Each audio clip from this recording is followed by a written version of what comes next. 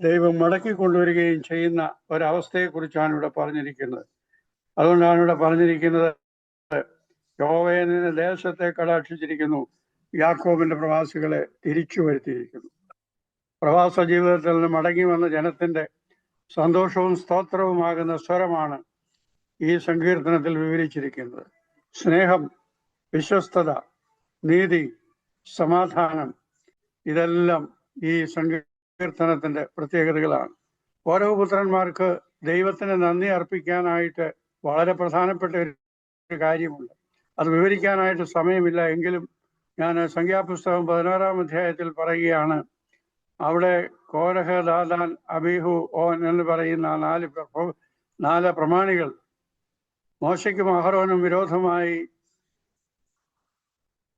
അവിടെ മത്സരിച്ചതായിട്ടുള്ള സമയത്ത് അവർക്കെതിരായിട്ട്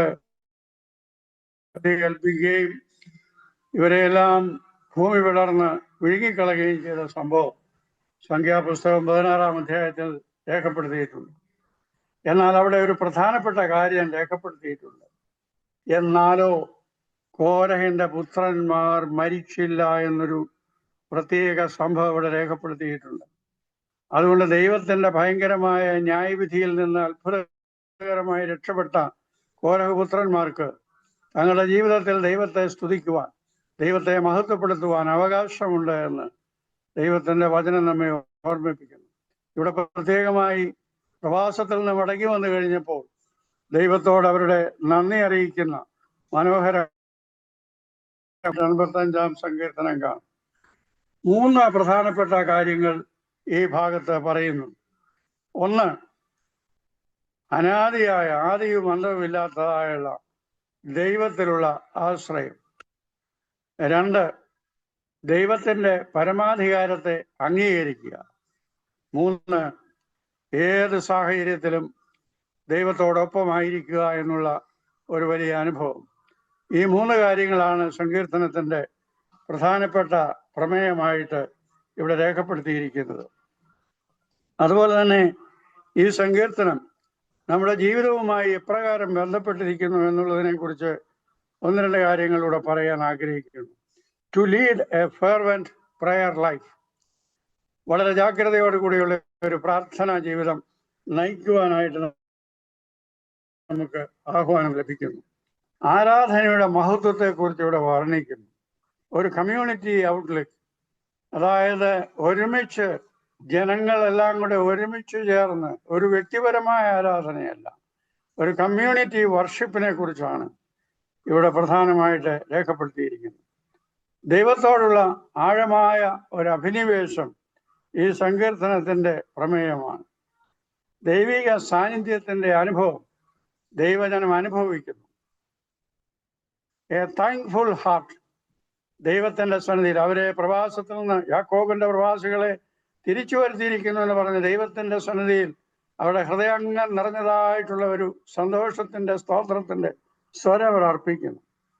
deeper understanding of godly life, ദൈവികമായ അനുഭവങ്ങളെ കുറിച്ചുള്ളതായ ഒരാഴമായ അഭിനിവേശം ഇവിടെയുണ്ട്.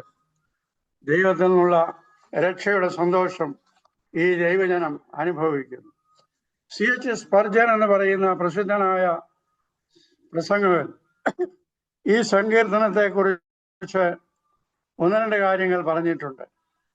ഇവിടെ ഈ സങ്കീർത്തനത്തിൽ വിവരിക്കുന്നത് ഗോഡ്സ് പാസ്റ്റ് ഫേവർ, കഴിഞ്ഞ കാലങ്ങളിൽ ദൈവം ചെയ്ത അത്ഭുതങ്ങളെ, അതിശയങ്ങളെ ഓർത്ത് ദൈവത്തെ മഹത്വപ്പെടുത്തുക. ഫോർഗീവ്നെസ് ആൻഡ് റെക്കൺസിലിയേഷൻ, ദൈവത്തോട് ക്ഷമയാചിക്കുക, ദൈവസന്നിധിയിൽ നിരപ്പ് പ്രാപിക്കുക. ടേൺ ഫ്രം ഫോളി, ഭോഷത്വത്തിൽ നിന്ന് മടങ്ങി വരിക. Prayer for revival and restoration, ഒരു മടങ്ങിയ വരവിന്, ഒരു നവോത്ഥാനത്തിന്, ഒരു ഉയർച്ചയ്ക്ക്, റിവൈവലിനുള്ളതായ ഒരു ആഹ്വാനം ഇവിടെയുണ്ട്. നീതി, വിശ്വസ്തത, സ്നേഹം, സമാധാനം, ഇതെല്ലാം ഈ സങ്കീർത്തനത്തിന്റെ പ്രധാന പ്രമേയങ്ങളാണ്. അതുപോലെ തന്നെ അവസാനമായി സാൽവേഷൻ ആൻഡ് ഗ്ലോറി, ഇത് ഈ സങ്കീർത്തനത്തിന്റെ പ്രധാനപ്പെട്ട വിഷയമാണ്. അതുകൊണ്ട് ഞാൻ എൻ്റെ വാക്കുകൾ ചുരുക്കുന്നു. ഈ സങ്കീർത്തനം കോരപുത്രന്മാരുടെ സങ്കീർത്തനം നമ്മൾ ധ്യാനിക്കുമ്പോൾ ദൈവം നമ്മുടെ ജീവിതത്തിൽ കഴിഞ്ഞ കാലങ്ങളിൽ എത്ര നല്ലവനായിരുന്നു. അവൻ നമ്മുടെ ജീവിതത്തിൻ്റെ എല്ലാ പ്രതിസന്ധികളും നമ്മെ വിടുവിച്ചു.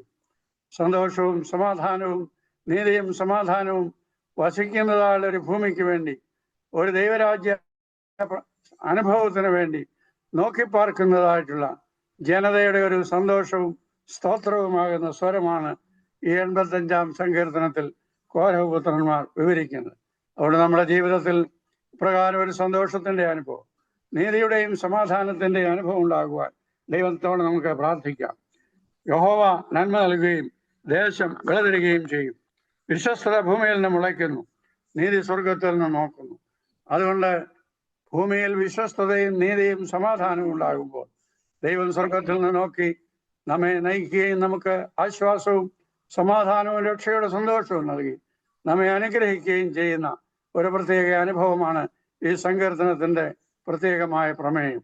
അതുകൊണ്ട് കോരഹപുത്രന്മാരോട് ചേർന്ന് നമുക്കും ദൈവത്തെ സ്തുതിക്കാം, ദൈവത്തെ മഹത്വപ്പെടുത്താം, ദൈവത്തെ നീതിയോടും സമാധാനത്തോടും വിശ്വസ്തയോടും കൂടെ ജീവിപ്പാൻ നമ്മുടെ ജീവിതത്തെ നമുക്ക് സമർപ്പിക്കാം. അതിന് ദൈവത്തിന്റെ പരിശുദ്ധാത്മാവ് നമുക്ക് ഏവർക്കും കൃപ ചെയ്യുമാറാകട്ടെ. ആമീൻ. ദൈവത്തിന്റെ അതിപരിശുദ്ധ നാമം വാഴ്ത്തപ്പെടുമാറാകട്ടെ. വളരെ മനോഹരമായിട്ട് സങ്കീർത്തനം. അച്ഛനെ ദീർഘ മണിക്കൂറുകൾ അത് ധ്യാനിപ്പാനായിട്ടുള്ള ഒരു അനുഭവം അച്ഛൻ്റെ ജീവിതത്തിലുണ്ട്. എന്നാൽ ഇന്ന് രാത്രി നമുക്ക് അതിന് സമയം അനുവദിക്കുന്നില്ലല്ലോ. നമ്മൾ പ്രത്യേകമായിട്ട് ഇങ്ങനെ ഒരു മീറ്റിംഗ് ക്രമീകരിക്കാനുള്ള താല്പര്യം, ഞങ്ങൾ ഒരേ സമയത്ത് ഏകദേശം 40-45 വർഷത്തിന് മുമ്പ് കോളേജിൽ പഠിച്ചതായുള്ള പ്രിയ ഡോക്ടർ ടൈറ്റസും ഒക്കെ ഈ മിക്കവാറും അവധിക്ക് വരുമ്പോഴൊക്കെ അറിയിക്കാറുണ്ട്. എന്നാൽ ഈ പ്രാവശ്യം അദ്ദേഹം ഒരു പ്രത്യേക കാര്യം പറഞ്ഞത്, ഹ്യൂമൻ ബിഹേവിയറിൽ അതിൻ്റെ പ്രത്യേകമായിട്ട് MPhil ഒക്കെ എടുത്തതായിട്ടുള്ള പ്രിയ ഡോക്ടർ റാന്നി കോളേജിലും അതുപോലെ തന്നെ അനേക ക്രിസ്ത്യൻ സംഘടനകളിലും താൻ ക്ലാസ്സുകൾ എടുത്തായിട്ടൊക്കെ അറിഞ്ഞപ്പോൾ ഞാൻ പറഞ്ഞു, ഞങ്ങൾക്ക് അങ്ങനെ ഫിസിക്കലായിട്ടൊരു മീറ്റിംഗ് കൂടി ഒരു സെമിനാറോ ഒരു ക്ലാസ്സോ എടുക്കാനുള്ള സമയം സൗകര്യം കുറവാണ്, ഞങ്ങൾക്ക് സൂമിൽ കൂടി ഒരു മീറ്റിംഗ് എടുക്കാമെന്ന് ചോദിച്ചപ്പോൾ പ്രിയ ടൈറ്റസ് വളരെ സന്തോഷത്തോടെ അത് സ്വീകരിച്ചു.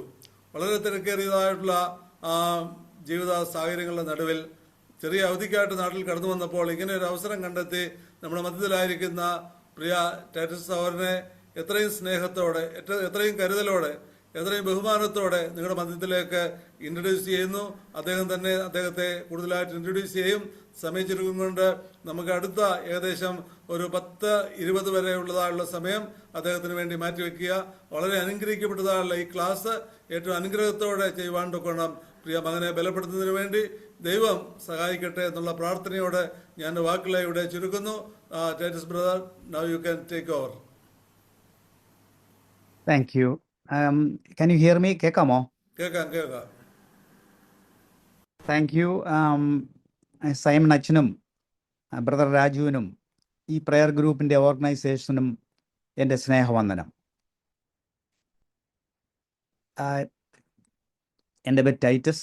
ഞാൻ ട്രിവാൻഡ്രം മെഡിക്കൽ കോളേജിൽ നിന്ന് 1974 MBBS പാസ്സായി. അതിനുശേഷം ഞാൻ പീഡിയാട്രിക്സ്, അനസ്തീഷ്യ, എമർജൻസി മെഡിസിൻ മുതലായ സ്പെഷ്യാലിറ്റികളിലൊക്കെ പ്രാക്ടീസ് ചെയ്തു. അതിനുശേഷം ഞാൻ 2002 MG യൂണിവേഴ്സിറ്റിയിൽ നിന്ന് സൈക്കോളജിയിൽ ഒരു MPhil എടുത്തു. അന്ന് എനിക്ക് 52 വയസ്സുണ്ട് ഞാൻ MPhil പഠിക്കാൻ പോകുമ്പോൾ. അതിനുശേഷം ഞാൻ ഓസ്ട്രേലിയയിൽ ജോലി ചെയ്യുന്നു. എൻ്റെ വൈഫ് ഡോക്ടർ സൂസൻ, ഒപ്താൽമോളജിസ്റ്റ്, ഒട്ടൻചത്രം എന്ന് പറഞ്ഞൊരു സ്ഥലത്ത് 2022 കോവിഡ് വരെ വർക്ക് ചെയ്തിരുന്നു. ഇപ്പം ഓസ്ട്രേലിയയിലുണ്ട്. 2 മക്കൾ.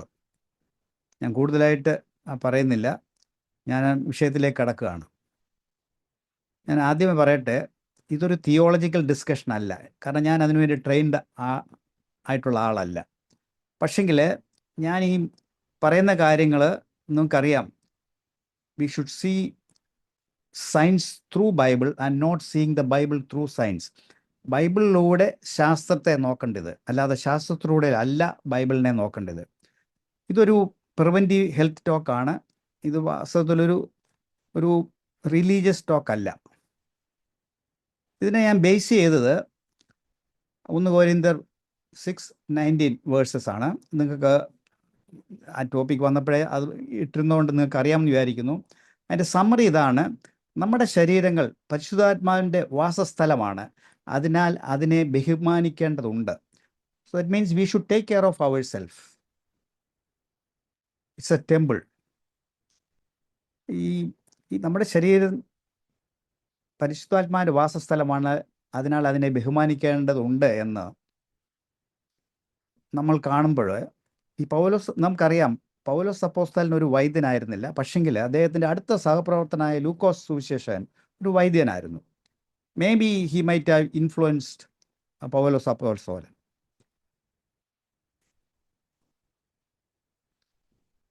ഞാൻ 1974 ഞാൻ പറഞ്ഞു, ഞാൻ പഠിക്കുമ്പോൾ ഈ കേരളത്തിൻ്റെ പോപ്പുലേഷൻ ഏതാണ്ട് 2 കോടിയായിരുന്നു. ഇപ്പോൾ അത് 3.5 കോടിയോളം അടുത്തു. 1.5 ഇരട്ടി പോപ്പുലേഷൻ കൂടിയെങ്കിലും ഡോക്ടർമാരുടെ എണ്ണം ഏതാണ്ട് 10 ഇരട്ടി കൂടി. ഈ നമ്മുടെ സകല ആശുപത്രികളിലും ഏത് ആശുപത്രി നമ്മളൊന്ന് വിസിറ്റ് ചെയ്താലും ആശുപത്രിയുടെ എണ്ണം അതുപോലെ കൂടി. അതുപോലെ രോഗികളെ കൊണ്ട് നിറഞ്ഞിരിക്കുകയാണ് ഈ ആശുപത്രികൾ മുഴുവനും. ടെസ്റ്റുകൾ നടത്തുന്നു, ആൻഡ് വെരി എക്സ്പെൻസീവ്. ഇന്നലെ ഞാൻ എൻ്റെ ഒരു ഫ്രണ്ടിനെ കാണാൻ പോയി. അദ്ദേഹം കഴിക്കുന്ന ഒരു മരുന്നിന് 4500 രൂപ വിലയാണ്. അത് ക്യാൻസർ മരുന്നൊന്നുമല്ല, വെയിറ്റ് കുറയ്ക്കാനുള്ളൊരു മരുന്നാണത്. നമുക്കിപ്പോൾ എല്ലാ മനുഷ്യ ശരീരത്തിലെ ഓരോ അവയവത്തിനും ഓരോ ഡോക്ടർമാരുണ്ട്. കാല്, കയ്യ്, മുട്ട്, അങ്ങനെ എല്ലാത്തിനും. പക്ഷെങ്കിൽ ഒരു വ്യക്തിയെ മുഴുവനുമായിട്ടും കാണുന്ന ഡോക്ടർമാരുടെ എണ്ണം വളരെ കുറവാണ്. അതാണ് ഫാമിലി ഡോക്ടർ എന്ന് പറയുന്നത്. ഇപ്പം ഞാനൊക്കെ വർക്ക് ചെയ്യുന്നിടത്ത് ഒരു ഫാമിലി ഡോക്ടർ സിസ്റ്റം ഉണ്ട്. നമ്മൾ ഒരു വ്യക്തിയെ മുഴുവനായിട്ടും കണ്ട് ആവശ്യമുള്ള സ്പെഷ്യാലിറ്റിയിലോട്ട് നമ്മൾ റെഫർ ചെയ്യും ആവശ്യമുള്ളപ്പോഴൊക്കെ. അപ്പം അതൊരു ഹോൾ പേഴ്സൺ, മനുഷ്യൻ്റെ ശാരീരികം, മാനസികം, സാമൂഹികം, ആത്മീയം, ഈ 4 കാര്യങ്ങളാണല്ലോ നമ്മളൊരു മനുഷ്യൻ്റെ ഹോൾ തിങ് എന്ന് പറയുന്നത്. അതാണ് നമ്മുടെ ഹെൽത്ത് എന്ന് പറയുന്നത്. ഇതിനെ സമ്മിശ്രമായിട്ട് കാണുന്ന ഒന്നാണ് ഈ ഫാമിലി ഡോക്ടർ എന്ന് പറയുന്നത്.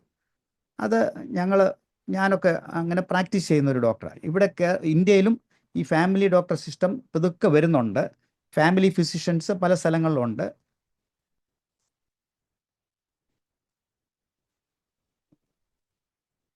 നിങ്ങൾ ഇങ്ങനെയുള്ള ചില വാർത്തകളൊക്കെ അടുത്ത ദിവസങ്ങളിൽ കാണുന്നുണ്ട്. വിളമ്പിയതിലും കൂടുതൽ ചിക്കൻ പീസ് ചോദിച്ചു, കാറ്ററിംഗ് ടീം അംഗങ്ങൾ യുവാവിനെ കുത്തിക്കൊന്നു. ഈ അടുത്ത ദിവസങ്ങളിൽ ഒക്കെ നടക്കുന്ന കാര്യങ്ങളാണ്.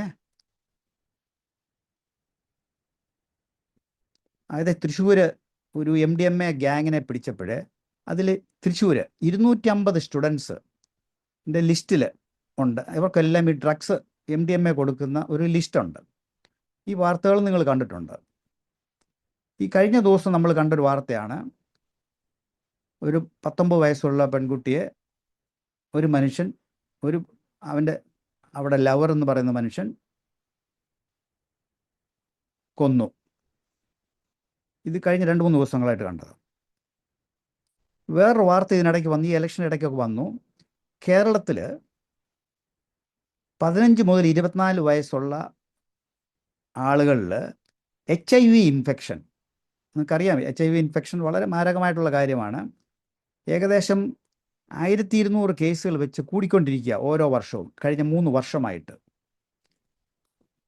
ഇത് ഒരു reckless sexual activities, unsafe multiple partner, homosexual, lesbianism, ഇങ്ങനെയുള്ള കൊണ്ട് ഈ വാർത്തയൊന്നും എനിക്ക് തോന്നുന്നില്ല വലിയ ന്യൂസായിട്ട് കേരളത്തിൽ വരികയോ അതൊരു ചാനലുകാർ ഡിസ്കസ് ചെയ്യുകയോ ഒന്നും ചെയ്തില്ല.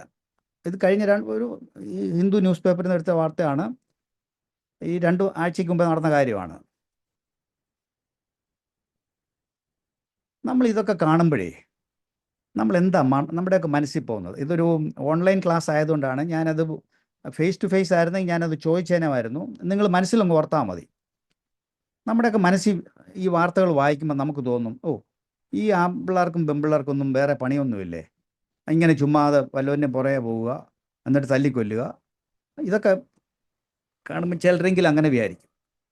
ചിലർ വിചാരിക്കും, ഷോ ഒരു ചിക്കൻ പീസ് കിട്ടിയില്ലെന്ന് പറഞ്ഞിട്ട് ഇങ്ങനെ ഒരു മനുഷ്യനെ കൊല്ലാമോ?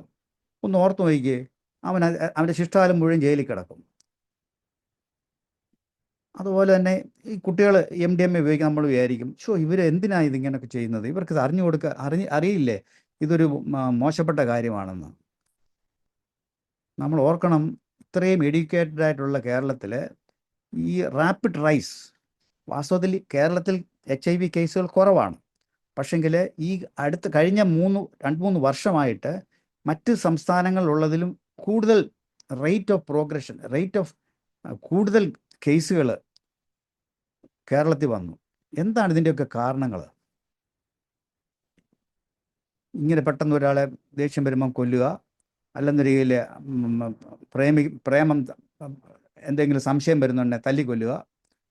ഇതൊക്കെ ഇതിൻ്റെയൊക്കെ അടിസ്ഥാന കാര്യമെന്ന് പറയുന്നത്, നമ്മളിതിൻ്റെ അടിസ്ഥാനമായിട്ടോട്ട് പോകണം.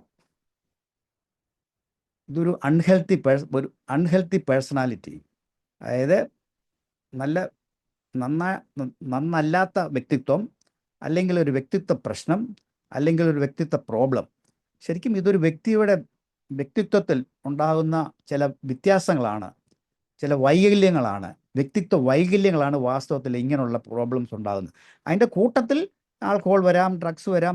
പക്ഷേങ്കിൽ ഒരു വ്യക്തി വൈകല്യത്തിലാണ് ഇതിൻ്റെ തുടക്കം. വ്യക്തി വികാസം ശരിയായ രീതിയിൽ വരാത്ത, കുഞ്ഞുനാളിൽ വ്യക്തി വികാസം വരാതെ ഉള്ള ആളുകളിൽ ആണ് ഈ പ്രശ്നങ്ങൾ ഉണ്ടാകുന്നത്. ഇതിൻ്റെ ഉത്തരവാദികൾ ആരാണ്? വാസ്തവത്തിൽ നമ്മളൊക്കെ അതിനകത്ത് ഉത്തരവാദികളാണ്. നമ്മുടെ system, parents, teachers, society, religious institution എല്ലാം അതിൻ്റെ ഉത്തരവാദിത്വമുണ്ട്. അതുകൊണ്ടാണ് ഞാൻ ഈ ടോപ്പിക് ഇതിലേക്കൊന്ന് കടക്കാമെന്ന് വിചാരിച്ചത്. എങ്ങനെയാണ് നമുക്ക് ഇങ്ങനെയുള്ള ഡിസാസ്റ്റർ എങ്ങനെ നമുക്കിതിനെ ഒന്ന് പ്രിവെൻറ്റ് ചെയ്യാം? അതാണ് നമ്മുടെ ഇന്നത്തെ എൻ്റെ ടോപ്പിക്ക്. ഈ ബൈബിളിൽ ഞാൻ നോക്കിയിട്ട് ഏറ്റവും ഡിഫിക്കൽട്ടായിട്ടുള്ള ഒരു command from Jesus is love your neighbour as your self. നിന്നെ പോലെ നിൻ്റെ കൂട്ടുകാരനെ സ്നേഹിക്കണം എന്നുള്ളത് എനിക്ക് തോന്നുന്നു ബൈബിളിൽ വളരെ ഡിഫിക്കൽട്ടായിട്ടുള്ളൊരു കമാൻഡാണത്. It's very difficult. നിന്നെ പോലെ, നിനക്ക് വേദനിക്കുമ്പോൾ, നിൻ്റെ അയൽക്കാരന് വേദനിക്കുമ്പോൾ നിനക്കും വേദനിക്കണം. അതാണ് നമുക്കെല്ലാം അറിയാം, നമ്മളെയാണ് ഏറ്റവും കൂടുതൽ സ്നേഹിക്കുന്നത്. അപ്പം അതുകൊണ്ടാണല്ലോ പറഞ്ഞത് നിന്നെ പോലെ തന്നെ നിൻ്റെ കൂട്ടുകാരനെ സ്നേഹിക്കണം എന്ന് പറയുന്നത്. അത് very difficult thing, but that is A second command. First command നിങ്ങൾക്കൊക്കെ അറിയാം. എൻ്റെ ഈ ഇത്തരം ഡിസാസ്റ്ററുകൾ, നമ്മൾ മുമ്പേ കാണിച്ച ഹെഡ്ലൈൻസുള്ള ഡിസാസ്റ്ററുകളും ഈ പേഴ്സണാലിറ്റി പ്രോബ്ലംസും മാറി ഒരു ഹെൽത്തി സ്പിരിച്വൽ പേഴ്സൺ എങ്ങനെ ആകാം, അതാണ് എൻ്റെ ടോപ്പിക്ക്. ഞാൻ പറഞ്ഞ വാക്കുകൾ നോക്കണം. Healthy spiritual person. ഇവിടെ ഞാൻ ഒരു ചെറിയ വ്യത്യാസം എൻ്റെ ടോക്കിലുണ്ട്. ഞാനിതൊരു സ്പിരിച്വൽ എന്ന് ഞാൻ ഉദ്ദേശിക്കുന്നത്, നിന്നെപ്പോലെ നിൻ്റെ അയൽക്കാരനെ സ്നേഹിക്കുന്നത് മാത്യു 22:37-39 അതിനെ ബേസ് ചെയ്തുള്ള സ്പിരിച്വാലിറ്റിയാണ് ഞാൻ ഉദ്ദേശിക്കുന്നത്. നിന്നെപ്പോലെ നിൻ്റെ അയൽക്കാരനെ സ്നേഹിക്കുക. അതാണ് എൻ്റെ ഒരു കൺസെപ്റ്റിലാണ് ഞാൻ ഈ സ്പിരിച്വൽ എന്ന് പറയുന്നത്. ഇനി പറയുന്ന വാക്കുകളിലെല്ലാം ഈ വാക്കുകൾ വരും. സ്പിരിച്വൽ എന്ന് പറഞ്ഞാൽ this is different from A religious person. എൻ്റെ കൺസെപ്റ്റിൽ ഞാൻ ഈ പറയാൻ പോകുന്നത് സ്പിരിച്വൽ പേഴ്സണും റിലീജിയസ് പേഴ്സണും അല്പം വ്യത്യാസമുണ്ട്. സ്പിരിച്വാലിറ്റി ആണല്ലോ നമ്മുടെ ഏറ്റവും വലിയ എയിം എന്ന് പറയുന്നത്. ഞാൻ അതുകൊണ്ടാണ് പറയുന്നത് ആത്മീയത, മനഃശാന്തിയും സാർവത്രികമായ സ്നേഹവും. നമ്മുടെ ഉള്ളിലെ സ്നേഹം, നമ്മുടെ ഉള്ളിലെ സമാധാനം, മറ്റുള്ളവരുടെ കരുണ, എമ്പതി, നല്ല ശമരിയക്കാരൻ്റെ ആ പ്രവൃത്തി, എല്ലാവരുമായുള്ള ബന്ധം, മാനുഷിക ബന്ധം, ഇതിനെ ഒരു സംഗ്രഹിച്ചുള്ളതാണ് ഞാൻ ഉദ്ദേശിച്ച ആത്മീയത. അതുപോലെ സ്വയം പോലെ ഒന്നുകൂടെ ഞാൻ പറയുകയാണ്, സ്വയം പോലെ മറ്റുള്ളവരെ സ്നേഹിക്കുക, ജാതി, മത, സാമ്പത്തിക സ്ഥിതി തുടങ്ങിയ മനുഷ്യനിർമ്മിതമായ പക്ഷപാതങ്ങൾ കടന്ന് ഓരോ വ്യക്തിയുടെയും ക്ഷേമം കാംക്ഷിക്കുകയും അവരോട് ബഹുമാനിക്കുകയും ചെയ്യുക. ഇതാണ് വാസ്തവത്തിൽ ഞാൻ ഉദ്ദേശിച്ച, അല്ലെങ്കിൽ ഇനി പറയാൻ പോകുന്ന ഒരു ഹെൽത്തി സ്പിരിച്വൽ പേഴ്സണാലിറ്റി. ഇതൊരു ഓൺലൈൻ കോഴ്സ് ആയിപ്പോയി, അല്ലെങ്കിൽ ഞാൻ ഇതൊരു ചോദ്യം ചോദിച്ചേനേം, എന്താണ് ദൈവം? നിങ്ങൾക്കറിയാം, മനുഷ്യ കുഞ്ഞ് ജനിക്കുമ്പോൾ ഏകദേശം അതിൻ്റെ ബ്രെയിൻ വെറും 25% മാത്രമേ വളർന്നിട്ടുള്ളൂ. നോക്കൂ, ഇത്രയും ഇൻ്റലിജൻ്റ് ആയുള്ള ഒരു മനുഷ്യന് സൃഷ്ടാവ് ഭൂമിയിലേക്ക് വിടുമ്പോൾ അതിൻ്റെ 25% മാത്രമേ ബ്രെയിൻ വളർന്നിട്ടുള്ളൂ. വാസ്തവത്തിൽ ദൈവത്തിന് ഒരു കുറച്ച് നാളോടെ ഈ ഗർഭപാത്രത്തിൽ ഇരുന്നിട്ട് ഈ ഒരു 50%, 75% ഒക്കെ വളർന്ന് വരായിരുന്നു. എന്തുകൊണ്ടാണ് ഇങ്ങനെ ഒരു അൺഫിനിഷ്ഡ് ആയിട്ടുള്ള ബേബിയെ ഈ ലോകത്തിലേക്ക് അയച്ചത്? നിങ്ങൾ ഓർത്താൽ മതി എന്തായിരിക്കും കാരണം എന്നുള്ളത്. ഒരു മിനിറ്റ് ഒന്ന് ആലോചിച്ച് നോക്കും. നമ്മൾ മനസ്സിലാക്കണം, ഒരു പശുക്കിടാവിന് 90% ഗ്രോത്തിലാണ് ബ്രെയിൻ ഗ്രോത്ത് ഉണ്ട് ജനിക്കുമ്പോൾ. ഈ പ്രഗ്നൻ്റ് ആയിട്ടുള്ള ഒരു പശു ചിലപ്പം കാണാൻ രാവിലെ എഴുന്നേറ്റ് നോക്കുന്നുണ്ടെ ഈ പശുക്കിടാവ് അവിടെ നിന്ന് പാൽ കുടിച്ചുകൊണ്ട് നിൽക്കുന്നത്. അതേസമയം ഒരു ഹ്യൂമൻ ബീങ്ങിനെ ഓർത്ത് നോക്കിയോ, ഒരു കുഞ്ഞിനെ നോക്കിയോ. ഞാൻ ലേബർ റൂമിൽ ഒരുപാട് വർഷം വർക്ക് ചെയ്താ, കുഞ്ഞുങ്ങളെ റിസിസ്റ്റേറ്റ് ചെയ്യാനൊക്കെ ഞാൻ വർക്ക് ചെയ്താ. ഞാൻ പീഡിയാട്രീഷ്യൻ ആയിരുന്നല്ലോ. ആ കുഞ്ഞുങ്ങളുടെ ക്രൈ, ആദ്യത്തെ ശ്വാസം കിട്ടാനുള്ള ക്രൈ, അതിനുശേഷം ഉള്ള ക്രൈ എന്ന് പറയുന്നത്, നിങ്ങൾ ഓടിവായോ, എന്നെ സഹായിക്കൂ, നിങ്ങൾ എന്നെ സഹായിച്ചില്ലെങ്കിൽ ഞാൻ മരിച്ചു പോകും. ഇതാണ് ആ കുഞ്ഞ് വിളിച്ചു പറയുന്നത്. അത് ശരിയാണ്. ആ കുഞ്ഞിനെ നമ്മളൊന്ന് ഓർത്ത് നോക്കിക്കുക. അമ്മ പ്രസവിച്ചു, നമ്മളൊന്നും അടുത്തോട്ട് ചെല്ലുന്നില്ല, ആ കുഞ്ഞ് മരിച്ചു പോകും. ഒരു തണുപ്പടിക്കും, ഗ്ലൂക്കോസ് കുറയും, കുഞ്ഞ് ശ്വാസം നിലച്ചു പോകും. എന്തുകൊണ്ടാണ് മനുഷ്യന് ഇങ്ങനെ 25% മാത്രം ബ്രെയിൻ ഗ്രോത്ത് വന്നത്? 2 വയസ്സാകുമ്പോൾ ബ്രെയിൻ്റെ 80% വളരും.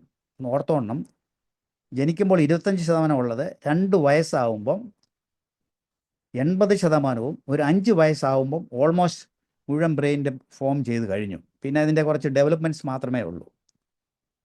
നിങ്ങൾ മനസ്സിൽ ഓർത്തു എന്ന് ഞാൻ വിചാരിക്കുന്നു.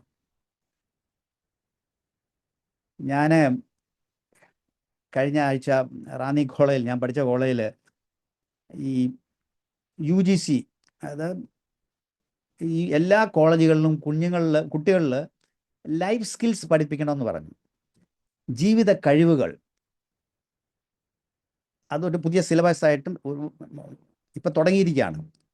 നമുക്കെങ്ങനെ ജീവിക്കാം, നമ്മുടെ ജീവിതത്തിന് എന്തെല്ലാം വേണം, എന്തെല്ലാം സ്കില്ലുകൾ വേണം എന്നുള്ളത് പഠിപ്പിക്കണമെന്ന് പറഞ്ഞു. അപ്പോൾ ഞാൻ അതിന് ക്ലാസ് എടുക്കാൻ പോയിരുന്നു. ഒരു 6 മണിക്കൂർ ക്ലാസ് എടുക്കാൻ ഞാൻ പോയിരുന്നു. ഞാൻ അവിടെ ഈ ചോദ്യം ചോദിച്ചിരുന്നു, വാസ്തവത്തിൽ ഈ കുഞ്ഞുങ്ങളെ ഇങ്ങനെ ഭൂമിയിലേക്ക് സൃഷ്ടാവ് വിട്ടിരിക്കുന്നതിന് ഒരു ഉദ്ദേശമുണ്ട്. സൃഷ്ടാവ് ഒരു ഉദ്ദേശമില്ലാതെ അങ്ങനെ ചെയ്യത്തില്ല. നിങ്ങൾക്കറിയാം, ഈ കുഞ്ഞുങ്ങളെ വിജയകരമായി ജീവിക്കാൻ പഠിപ്പിക്കാനുള്ള ഉത്തരവാദിത്തം രക്ഷകർത്താവിനും ടീച്ചേഴ്സിനും സമൂഹത്തിനും കൊടുത്തുകൊണ്ടാണ് സൃഷ്ടാവ് ഈ കുഞ്ഞുങ്ങളെ ഭൂമിയിലേക്ക് അയച്ചത്. അതുകൊണ്ടാണ് 25% ബാക്കി. എങ്കിൽ മാത്രമേ ഈ സമൂഹത്തിൽ നിന്ന് കുഞ്ഞുങ്ങൾക്ക് ജീവിക്കാനുള്ള കാര്യങ്ങൾ നല്ല രീതിയിൽ ജീവിക്കാനുള്ള കാര്യങ്ങൾ പഠിപ്പിച്ചു കൊടുത്ത് അങ്ങനെ ബ്രെയിനെ ഡെവലപ്പ് ചെയ്യിക്കുക എന്നുള്ള ഉദ്ദേശമാണ്. അതുകൊണ്ടാണ് ഈ പട്ടിക്കുഞ്ഞിനെയും പൂച്ചക്കുഞ്ഞിനെയും ഒക്കെ, അതിനും വാസ്തവത്തിൽ 10% ഉള്ളൂ അതിൻ്റെ ബ്രെയിൻ ഗ്രോത്ത് ഉള്ളൂ.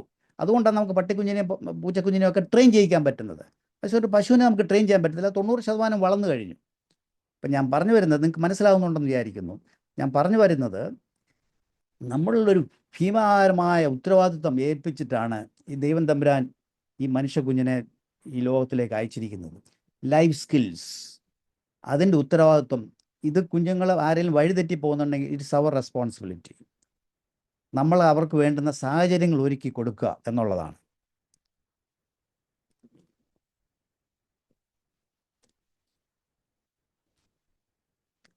അപ്പോൾ ഞാൻ പറഞ്ഞു വരുന്നത്, ഞാൻ പറഞ്ഞു ഈ ഒരു ഹെൽത്തി പേഴ്സണാലിറ്റി, ഒരു healthy human being, healthy spiritual person ഉണ്ടാകുന്നതിൻ്റെ ആദ്യത്തെ പാർട്ട് ഇന്നിവിടെ എനിക്ക് എടുക്കാൻ പറ്റത്തുള്ളൂ. പിന്നെ ബ്രദർ രാജു പിന്നെ ഒരു സമയത്ത് നിങ്ങളോട് പറയാം. ഞാൻ അന്ന് പിന്നെ രണ്ടാമത്തെ ഭാഗം പറയാം. ഞാൻ പറയാൻ പോകുന്നത് ഒരു സ്പിരിച്വൽ പേഴ്സണാലിറ്റി എങ്ങനെ ഉണ്ടാകുന്നു, അത് കുട്ടികളിൽ മുതൽ അഡോളസൻസ് വരെ, അതായത് ഒരു 18 വയസ്സ് വരെ ഒരു വ്യക്തിയുടെ വ്യക്തിത്വം ഉണ്ടാകുന്നത്, പേഴ്സണാലിറ്റി ഉണ്ടാകുന്നത് ഏകദേശം 18 വയസ്സോടുകൂടി അവൻ്റെ വ്യക്തിത്വം ഉണ്ടായി കഴിഞ്ഞു. പിന്നെ അതിന് ശേഷം കുറച്ച് മോഡിഫിക്കേഷനൊക്കെ ചെയ്യാമെന്നുള്ളതേ ഉള്ളൂ. അപ്പം ചെറിയ കാലങ്ങളിലാണ് ഇത് നമ്മൾ ശ്രദ്ധിക്കേണ്ടത്. അപ്പം ഞാനിത് അതായത് പാർട്ട് 1 എന്ന് പറയുന്നത് കുഞ്ഞുങ്ങളിലുള്ള ഡെവലപ്മെൻറ്റ്സ്, അതായത് 18 വയസ്സ് വരെയുള്ള. 18 വയസ്സിന് മേലുള്ളത് ഇന്ന് സമയമില്ല. അപ്പം ഈ പാർട്ട് 1-ൽ ഞാൻ 2 കാര്യങ്ങൾ പറയും. ഒന്ന്, എന്താണ് പ്രഗ്നൻസിയോട് നമുക്ക് ശ്രദ്ധിക്കേണ്ടത്, എന്ത് പ്രിവെൻറ്റീവ് ഹെൽത്താണ് പ്രഗ്നൻസിയിൽ നമുക്ക് വേണ്ടുന്നത്. 2, ജനിച്ചു കഴിഞ്ഞ് ഒരു ഹെൽത്തി സ്പിരിച്വൽ പേഴ്സണാലിറ്റിക്ക് എന്താണ് നമ്മൾ ചെയ്യേണ്ടത്. ഈ നമ്മുടെ എല്ലാ പേഴ്സണാലിറ്റി തിയറി, അതായത് കുഞ്ഞുങ്ങളുടെ വ്യക്തി വികസനം, ഈ ലൈഫ് സ്കില്ലിൽ പഠിപ്പിക്കാനുള്ളത്, വ്യക്തിത്വ വികസനത്തിന് വേണ്ടിയിട്ട് ഏറ്റവും കൂടുതൽ ഉപയോഗിച്ചിരിക്കുന്ന തിയറികൾ, അതിൻ്റെ പാഠങ്ങൾ, അതിൻ്റെ റിസർച്ചുകൾ എന്ന് പറയുന്നത് കുഞ്ഞുങ്ങളെ ശരിയായ രീതിയിൽ വളർത്തി കൊണ്ടുവരുന്നത് ആണ്. അത് നിങ്ങൾ ഗൂഗിൾ ചെയ്താൽ നിങ്ങൾക്ക് മനസ്സിലാകും. ഏറ്റവും പ്രധാനപ്പെട്ട ഒരു തിയറി എന്ന് പറയുന്നത് ഈ സദൃശവാക്യങ്ങളിലുള്ള 22:6. നിങ്ങൾക്കെല്ലാം നമ്മൾ കൊച്ചിലെ മുതലേ പല പ്രാവശ്യം കേട്ടിട്ടുള്ളതാണ്. This is the most important one. ബാലൻ നടക്കേണ്ടെന്ന വഴിയിൽ അവനെ അഭ്യസിക്കുക, അവൻ വൃദ്ധനായാലും അത് വിട്ടുമാറുകയില്ല. ഇതാണ് വാസ്തവത്തിൽ എല്ലാ പേഴ്സണാലിറ്റി തിയറികളുടെയും അടിസ്ഥാനം. എത്രയോ വർഷം മുമ്പ്, 2000 വർഷമൊന്നും അല്ല, അതിനൊക്കെ എത്രയോ വർഷം മുമ്പ് ഇത് വളരെ വ്യക്തമായിട്ട് കൊടുത്തിരിക്കുന്നതാണ്.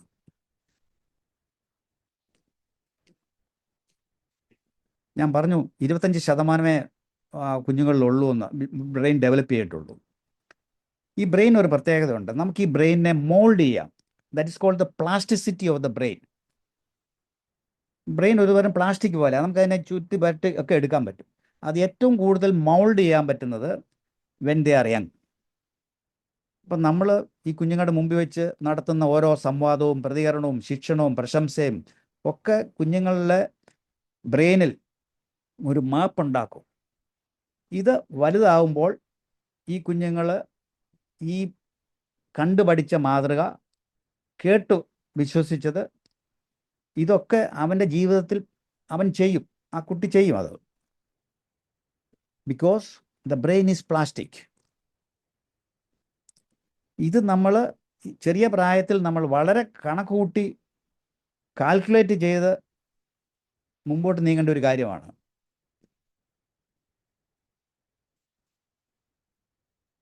അപ്പോൾ ഞാൻ ഒന്നുകൂടെ ഒരു പേഴ്സണാലിറ്റി എന്താണ് ഈ പേഴ്സണാലിറ്റി? ചില ആളുകൾ, നമുക്ക് പലർക്കും ചില തെറ്റിദ്ധാരണകളുണ്ട്. പേഴ്സണാലിറ്റി, അവൻ നല്ല പേഴ്സണാലിറ്റിയാണ്.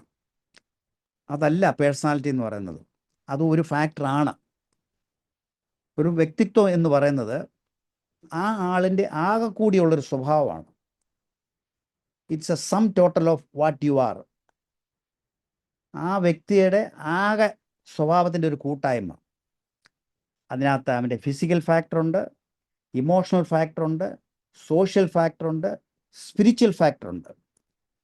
ഞാൻ പറഞ്ഞല്ലോ, ഈ 4 ഫാക്ടർ. നമ്മുടെ ഫിസിക്കൽ ഫാക്ടർ എന്ന് പറഞ്ഞാൽ ശാരീരികമായിട്ടുള്ള ഫാക്ടർ, ഹെൽത്ത്, ശാരീരികമായ, അതായത് ഒരു ആരോഗ്യമുള്ള ശരീരത്തിൽ മാത്രമേ ആരോഗ്യമുള്ളൊരു മനസ്സ് വസിക്കൂ. അല്ലെങ്കിൽ ആരോഗ്യമുള്ള മനസ്സിലൂടെ മാത്രമേ ശരീരത്തിൻ്റെ ശക്തി കണ്ടെത്താനാവൂ. ഇത് വാക്ക് നമ്മൾ പ്രധാനമായിട്ട് ഉദ്ദേശിക്കേണ്ടത്. ഞാൻ ഫിസിക്കൽ ഹെൽത്തിനെ പറ്റി ഇവിടെ സംസാരിക്കുന്നില്ല. ഇപ്പം നമ്മൾക്ക് ധാരാളം ഫിസിക്കൽ ഹെൽത്ത് ക്ലിനിക്കുകളും ഒക്കെ ഉണ്ട്, ഞാനതൊന്നും പറയുന്നില്ല. പക്ഷെങ്കിൽ ഒരു ആരോഗ്യമുള്ള മനസ്സിലൂടെ മാത്രമേ ആരോഗ്യമുള്ളൊരു ശരീരം നമുക്കുണ്ടാവുകയുള്ളൂ. ദീസ് ആർ അങ്ങോട്ടും ഇങ്ങോട്ടും ബന്ധപ്പെട്ട് കിടക്കുക. ഫിസിക്കൽ ഹെൽത്തും ഇമോഷണൽ ഹെൽത്തും സ്പിരിച്വൽ, ഇതെല്ലാം അങ്ങോട്ടും ഇങ്ങോട്ടും ബന്ധിച്ച് കിടക്കുന്നതാണ്. ഇമോഷണൽ ഹെൽത്ത് വൈകാരികമായിട്ടുള്ളത്, സാമൂഹികമായിട്ടുള്ളത്, സ്പിരിച്വൽ. ഈ 4 ഘടകങ്ങൾ ചേരുന്നതാണ് ഒരു വ്യക്തിയുടെ പേഴ്സണാലിറ്റി എന്ന് പറയുന്നത്. 4 ഫാക്ടേഴ്സ്.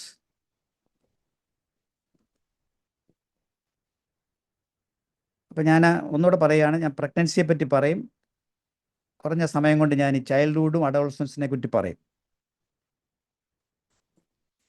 ഞാൻ ഈ ഇങ്ങനെ മുമ്പ് പറഞ്ഞ പോലെ ഇപ്പം നിങ്ങളൊരു ഓൺലൈൻ കോഴ്സ് ആയതുകൊണ്ടാണ്, നമ്മൾ ഫേസ് ടു ഫേസ് ആയിരുന്നു, ഞാൻ ചോദിക്കും എന്തുകൊണ്ടാണ് ഈ ഗബ്രിയേൽ മാലാഖ മറിയോട് പറയുന്നത്, ഇനി നീ ഗർഭം ധരിച്ചു ഒരു പുത്രനെ പ്രസവിക്കും, അവൻ്റെ പേര് യേശു എന്ന് വിളിക്കണം.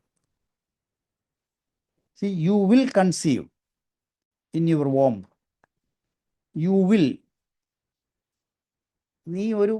നീ ഗർഭിണിയാണ് എന്നല്ല പറഞ്ഞത്, നീ ഗർഭിണിയാകും.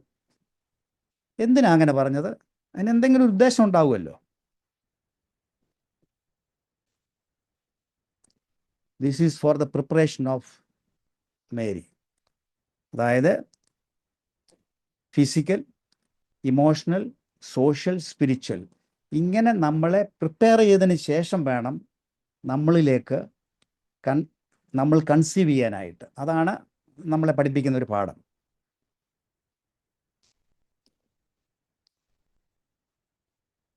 ഞാൻ ഈ വാക്കുകളൊക്കെ നിങ്ങൾക്ക് അറിയാവുന്ന ആണെന്ന് എനിക്കറിയാം. Before I have formed you in the womb I knew you. യെരമ്യാ 1:5 പറയുന്നു, നിന്നെ ഉദരത്തിൽ ഉരുവാക്കിയതിന് മുമ്പേ ഞാൻ നിന്നെ അറിഞ്ഞു. See, before conception. എന്താണത്?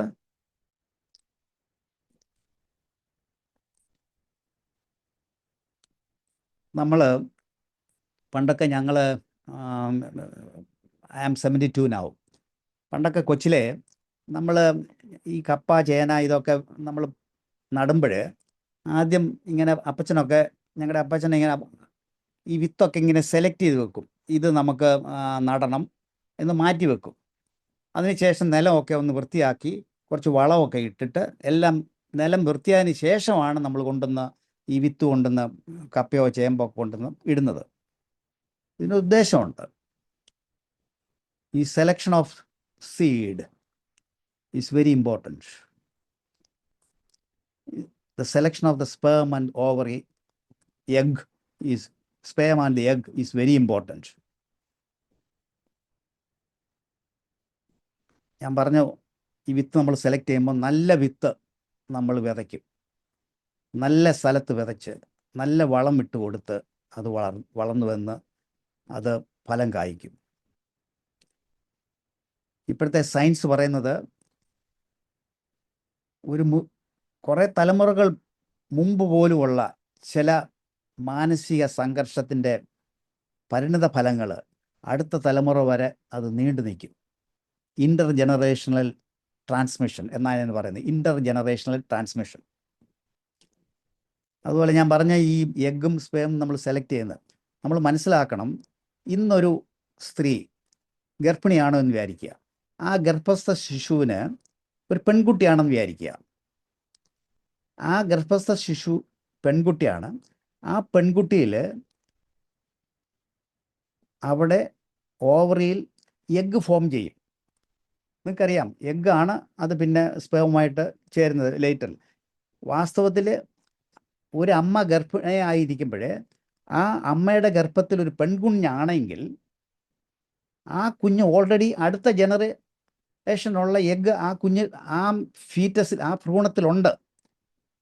ഒരു കാരണവശാലും ജനനത്തിന് ശേഷമല്ല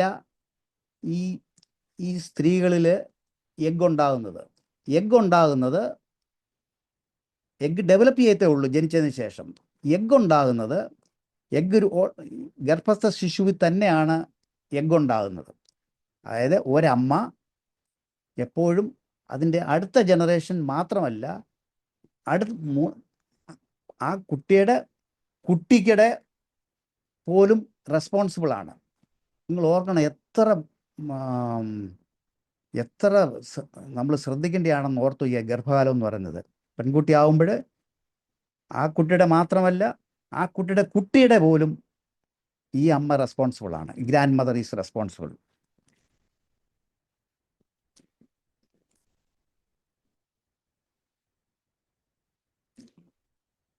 ഞാൻ ഈ mental health during pregnancy is very very important. നമ്മൾ പലരും തീരെ പ്രാധാന്യം കൊടുക്കാത്തൊരു കാര്യമാണ് mental health during pregnancy. Bible നമ്മൾ വായിക്കുന്നുണ്ട്, നിന്റെ വന്ദന സ്വരം എൻ്റെ ചെവിയിൽ വീണപ്പോൾ പിള്ള എൻ്റെ ഗർഭത്തിൽ ആനന്ദം കൊണ്ട് തുള്ളി. ഞാൻ ഡീറ്റെയിൽസ് പറയേണ്ടത് നിങ്ങൾക്കറിയാം. നോക്കൂ, എത്രയോ വർഷം മുമ്പ് ആ ഇമോഷണൽ ബാലൻസ്, അതായത് ഇമോഷൻസ് എത്ര പ്രാധാന്യമായിട്ടാണ് ബൈബിൾ കൊടുത്തിരിക്കുന്നത്. 2000 വർഷം മുമ്പ് എഴുതിയിരിക്കുകയാണത്. അപ്പം മേരി എലിസബത്തിനെ ഗ്രീറ്റ് ചെയ്യുമ്പോൾ പിള്ള തുള്ളി, സന്തോഷം കൊണ്ട് തുള്ളി. നമ്മൾ മനസ്സിലാക്കേണ്ട ഒരു കാര്യം, ഇതിൻ്റെ ഒരു മറുവശമുണ്ട്. ഈ അമ്മ സന്തോഷം ഉണ്ടെങ്കിൽ പിള്ള തുള്ളും, സന്തോഷം ഇല്ല എങ്കിൽ ദ ഫീറ്റസ്, ദ യൂട്രസിലുള്ള baby will be very unhappy, very unhappy. ഇത് നമ്മൾ വെറുതെ പറയുന്നതല്ല, ദിസ് ഈസ് പ്രൂൺ സയൻറ്റിഫിക്കലി. ഇത് മാത്രം ഞാൻ ക്ലാസ് എടുത്തിട്ടുണ്ട്, ഒരു 2 മണിക്കൂർ ക്ലാസ് എടുക്കാനുണ്ട്. എങ്ങനെയാണ് അമ്മയുടെ ഗർഭിണിയായ അമ്മയുടെ മാനസികാവസ്ഥ എങ്ങനെ കുഞ്ഞുങ്ങളെ അഫക്റ്റ് ചെയ്യുമെന്നുള്ളത്. അത് ഞാൻ വളരെ ചുരുക്കി പറയാം.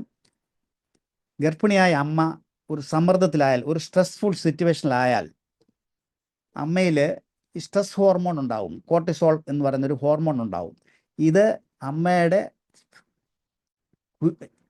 അംബിലിക്കൽ കോഡ് വഴി ഈ കുഞ്ഞിൻ്റെ തലച്ചോറിൽ ചെല്ലും. ഈ കുഞ്ഞിൻ്റെ തലച്ചോറിൽ ഭാവിയിൽ ഒരു സ്ട്രെസ് വന്നാൽ അതിനെ മാനേജ് ചെയ്യാനുള്ള ചില ഘടകങ്ങൾ തലച്ചോറിലുണ്ട്. ആ മാനേജ് ചെയ്യാനുള്ള ആ ഘടകങ്ങളെ ഈ അമ്മയുടെ ഈ സ്ട്രെസ് ഹോർമോൺ പോയി ബ്ലോക്ക് ചെയ്യും. എത്ര ഇമ്പോർട്ടൻ്റ് എന്ന് ഓർത്ത് നോക്കി അമ്മയുടെ മാനസികാവസ്ഥ. Very important.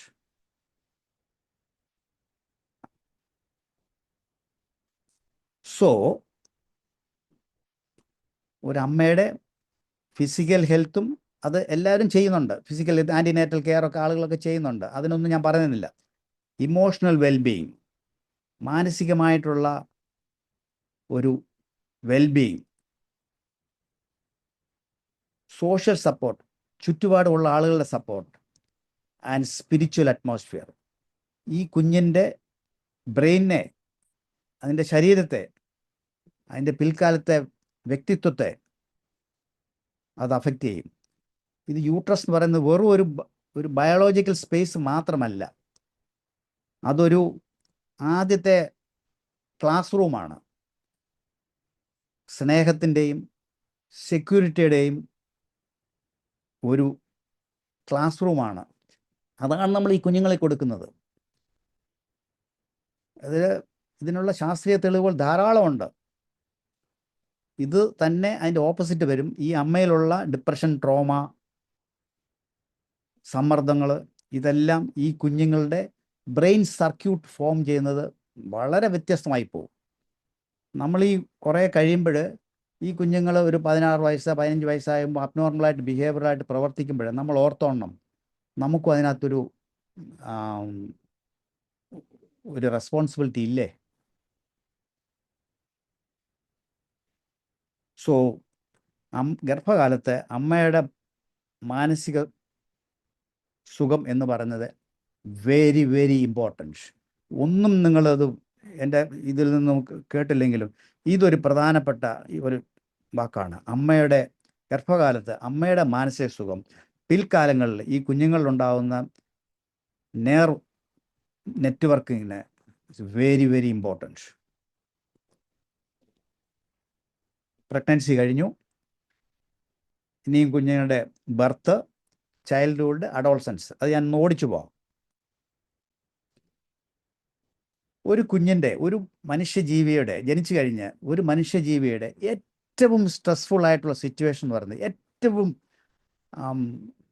നിങ്ങൾ ആലോചിക്കണം, ആ ഗർഭാശയത്തിൽ എത്ര സുഖമായിട്ട് നല്ല കംഫർട്ടബിളായിട്ട് നല്ല ചൂടുമൊക്കെ അനുഭവിച്ച് ആഹാരമൊക്കെ ഇങ്ങനെ കിട്ടി നല്ല ഒരു എൻവയറമെൻറ്റിൽ നിന്ന ആള് പെട്ടെന്ന് ഈ ലോകത്തിലേക്ക് കടന്നു വരികയാണ്. It's A very traumatic experience. ആ ട്രോമാറ്റിക് എക്സ്പീരിയൻസ് വളരെ ശാന്തമായിട്ടും വളരെ നന്നായിട്ടും പോകണം.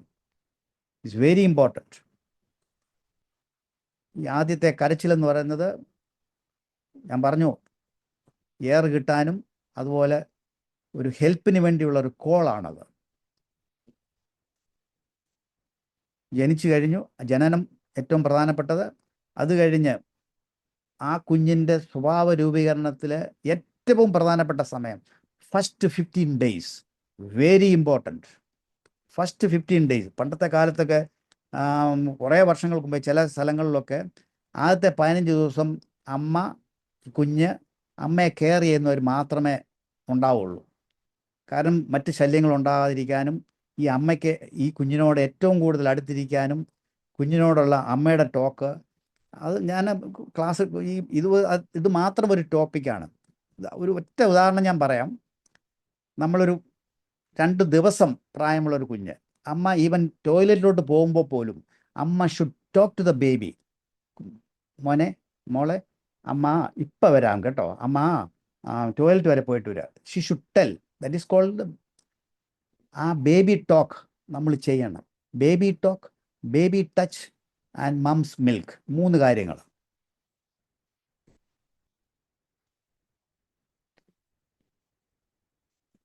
ഈ നിങ്ങൾക്കൊക്കെ സമയം കിട്ടുകയാണെങ്കിൽ ഈ കുഞ്ഞുങ്ങളുടെ ഈ മനഃശാസ്ത്രപരമായും സാമൂഹികമായും ശാരീരികമായും ഒക്കെ ഉള്ള ഡെവലപ്മെൻറ്റ്സിൻ്റെ ഒരു പ്രധാനപ്പെട്ട ഒരു പുസ്തകമാണ് എറിക് എറിക്സൻ്റെ ഒരു പുസ്തകം. അതിൻ്റെ ഒരു പെട്ടെന്ന് ഞാൻ സമയക്കുറവ് കൊണ്ട് കുറച്ച് കാര്യങ്ങൾ മാത്രം ഞാൻ പറയാം. അത് നമ്മൾ മനസ്സിലാക്കേണ്ടത്, ഈ കുഞ്ഞുങ്ങൾക്ക് ജീവിതത്തിൽ പല ഘട്ടങ്ങളുണ്ട്. നമ്മൾ പ്രഗ്നൻസി കഴിഞ്ഞു, ഡെലിവറി കഴിഞ്ഞു, ആദ്യത്തെ 15 ദിവസം കഴിഞ്ഞു. ഈ കുഞ്ഞുങ്ങളുടെ ഇൻഫൻസി ആദ്യത്തെ 18 മാസം ഒരു സ്റ്റേജാണ്. അതിനുശേഷം 18 മാസം മുതൽ ഒരു 3 വയസ്സ് വരെ അടുത്തൊരു സ്റ്റേജാണ്. പിന്നെ പ്രീ സ്കൂള്, ചൈൽഡ്ഹുഡ്, അഡോൾസൻസ്. എന്തിനാ ഇങ്ങനെ സ്റ്റേജ് വെച്ചിരിക്കുന്നത് വെച്ചാൽ, ഈ ഓരോ സ്റ്റേജിലും ഈ കുഞ്ഞുങ്ങൾക്ക് ഡെവലപ്പ് ചെയ്യേണ്ടതായിട്ടുള്ള ചില ആവശ്യകതകളുണ്ട്, ചില നീഡ്സ് ഉണ്ട്. നമ്മൾ ആ നീഡ്സ് ഫുൾഫിൽ ചെയ്ത് കൊടുക്കണം. ഈ കുഞ്ഞിൻ്റെ ആവശ്യകത നമ്മൾ ഫുൾഫിൽ ചെയ്ത് കൊടുക്കണം. ഇത് ചെയ്തിട്ട് ആ ആവശ്യകത കുഞ്ഞിൻ്റേത് ഫില്ല് ചെയ്ത് കഴിഞ്ഞെങ്കിൽ മാത്രമേ ഈ കുഞ്ഞ് അടുത്ത സ്റ്റേജിലോട്ട് സക്സസ്ഫുള്ളായിട്ട് കയറത്തുള്ളൂ. എന്നിട്ട് അടുത്ത സ്റ്റേജിലോട്ട് കയറി. ഇത് ഓരോ സ്റ്റേജിൽ ഇങ്ങനെ സക്സസ്ഫുള്ളായിട്ട് ആ സ്റ്റേജിൽ ആ കുഞ്ഞ് ആർജിക്കേണ്ടതായ കഴിവുകൾ, അതിൻ്റെ നീഡ്, അതിൻ്റെ കഴിവുകൾ അത് ആർജിച്ച് പോയില്ലെങ്കിൽ പിൽക്കാലത്ത് ഈ കുഞ്ഞിന് ജീവിതത്തിൽ വളരെയധികം സംഘർഷങ്ങളുണ്ടാവും. അത് ഞാനൊന്ന് ഓടിച്ചു പറയാം. ഇതിൻ്റെ സമ്മറി ഇതാണ്. ഓരോ സ്റ്റേജിലും ഞാൻ ഈ പറഞ്ഞ കുറേ സ്റ്റേജുകൾ ഞാൻ പറഞ്ഞു. Infancy, early childhood, pre school, school year, adolescence, ഇങ്ങനെ 5 സ്റ്റേജ് ഞാൻ പറഞ്ഞു. ഇതിലെല്ലാം ഈ കുഞ്ഞുങ്ങൾക്ക് നമ്മളെപ്പോഴും നോക്കേണ്ട ഒരു ഫിസിക്കൽ ഹെൽത്ത് നോക്കണം, ഇമോഷണൽ ഹെൽത്ത് നോക്കണം, സോഷ്യൽ ഹെൽത്ത് നോക്കണം, സ്പിരിച്വൽ ഹെൽത്ത് നോക്കണം. ഞാൻ ഇവിടെയൊക്കെ ആ സ്നേഹം എന്ന് പറയുന്നത്, ഈവൻ ഒരു വയസ്സുള്ള കുട്ടിക്കാണെന്നോ നമ്മളൊരു ചോക്ലേറ്റ് ആരെങ്കിലും കൊണ്ട് കൊടുത്താൽ, മോനെ അത് നോക്കിയേ, അമ്മ ചേട്ടനൂടെ കൊടുത്തേ, അല്ലെങ്കിൽ അയൽവക്കത്തുനിന്ന് ആരും വരും, മോനെ ആ കുട്ടി കൊടുക്കുമോ? 1 വയസ്സോ 2 വയസ്സോ ഉള്ള ചെറിയ കുഞ്ഞുങ്ങളിൽ പോലും. അതാണ് ഞാൻ ആ സ്പിരിച്വാലിറ്റി ഞാൻ ഉദ്ദേശിക്കുന്നത്. ആ സ്നേഹം, കരുതൽ, കരുണ.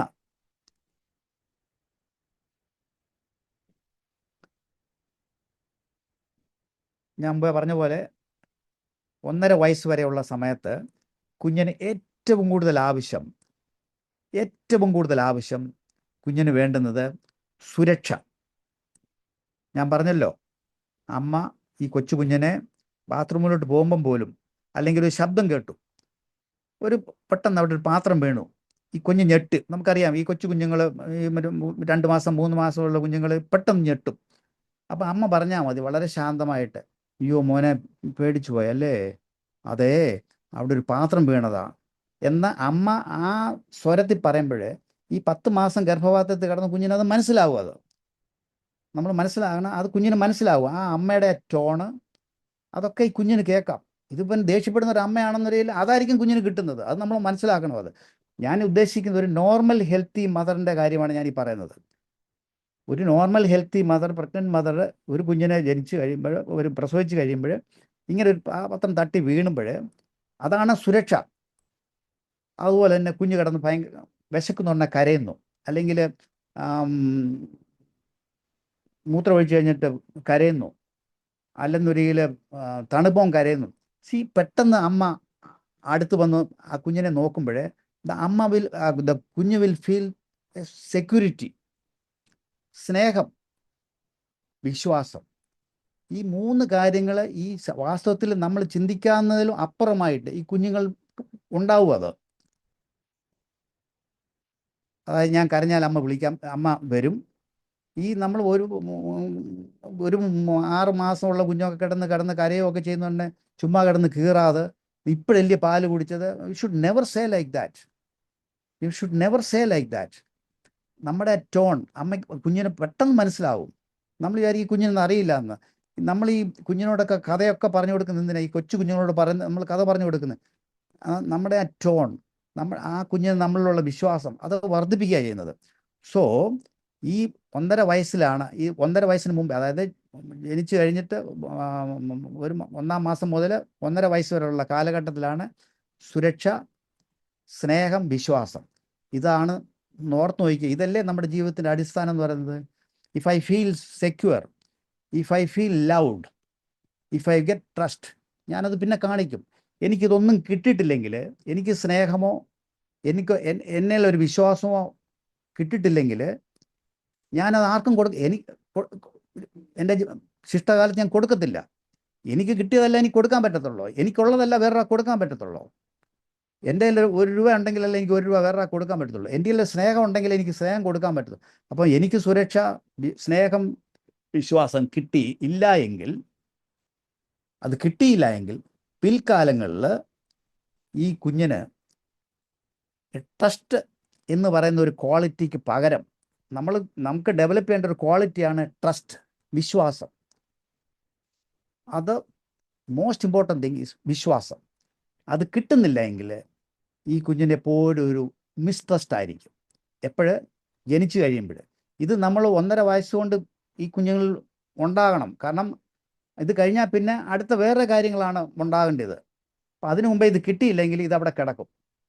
ഇത് കിടന്നിട്ട് അതുപോലെ തന്നെ ബ്രസ്റ്റ് മിൽക്ക് ഈ കുഞ്ഞിന് കിട്ടുന്നല്ല എങ്കിൽ ഇപ്പം നമ്മൾ ചില ആളുകളുണ്ട്, നമുക്കറിയാം, ചില ആളുകൾ ജോലിക്ക് പോകണം അല്ലെങ്കിൽ എന്തെങ്കിലും കാരണങ്ങൾ പറഞ്ഞ് പാട്ടപ്പൊടി കൊടുക്കും. പാട്ടപ്പൊടി ഞാൻ ടിൻ ഫുഡ് എന്ന് പോലും ഞാൻ ടിൻ ഫുഡ് എന്നൊക്കെ പറയുമ്പോൾ റെസ്പെക്റ്റബിൾ ആണ്, ഞാൻ പറയത്തില്ല. പാട്ടപ്പൊടി അതാണ് ഞാൻ പറയുന്നത്. ഇഫ് യു ഗീവ് പാട്ടപ്പൊടി, they will not get that security and love, trust കിട്ടത്തില്ല.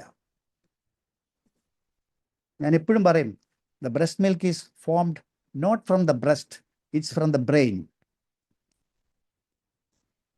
1.5 വയസ്സ് തൊട്ട് 3 വയസ്സുള്ള കുട്ടികൾക്ക് വേണ്ടുന്ന ഒരു ക്വാളിറ്റിയാണ് സ്വയം ചെയ്യാനുള്ള സ്വാതന്ത്ര്യം, ഓട്ടോണമി.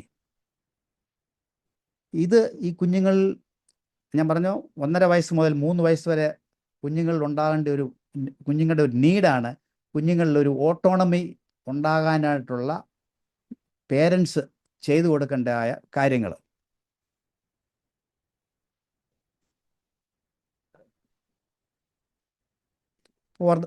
ഞാൻ ആ ട്രസ്റ്റിൻ്റെ കാര്യം ഞാൻ പറഞ്ഞു, അത് ഞാൻ വീണ്ടും പറയുന്നില്ല.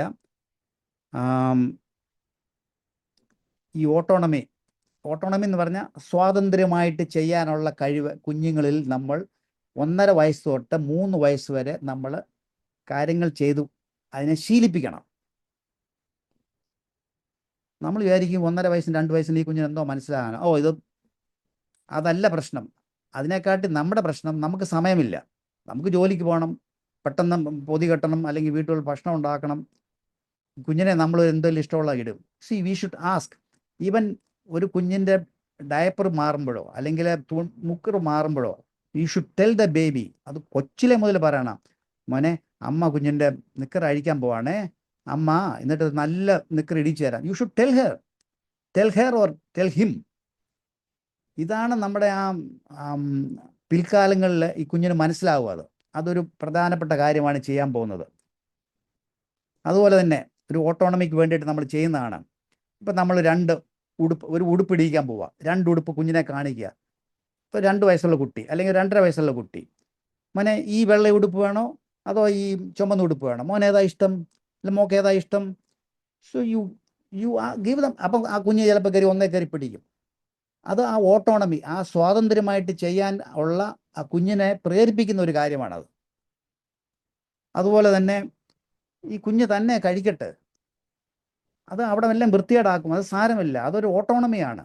ആ കുഞ്ഞിനൊരു സ്വാതന്ത്ര്യമായിട്ട് പ്രവർത്തിക്കാനും ചെയ്യാനും ഉള്ളൊരു കഴിവ് കൊടുക്കുന്ന. പക്ഷെ പ്രശ്നം അവിടെ അല്ല, നമുക്ക് സമയമില്ല, പേരൻസിന് സമയമില്ല, നമുക്ക് ജോലിക്ക് പോകണം, അത് പിന്നെ അതെല്ലാം വൃത്തികേടാവും, അതിന് പകരം നമ്മൾ വായിൽ അങ്ങ് വാരിക്കൊടുക്കും.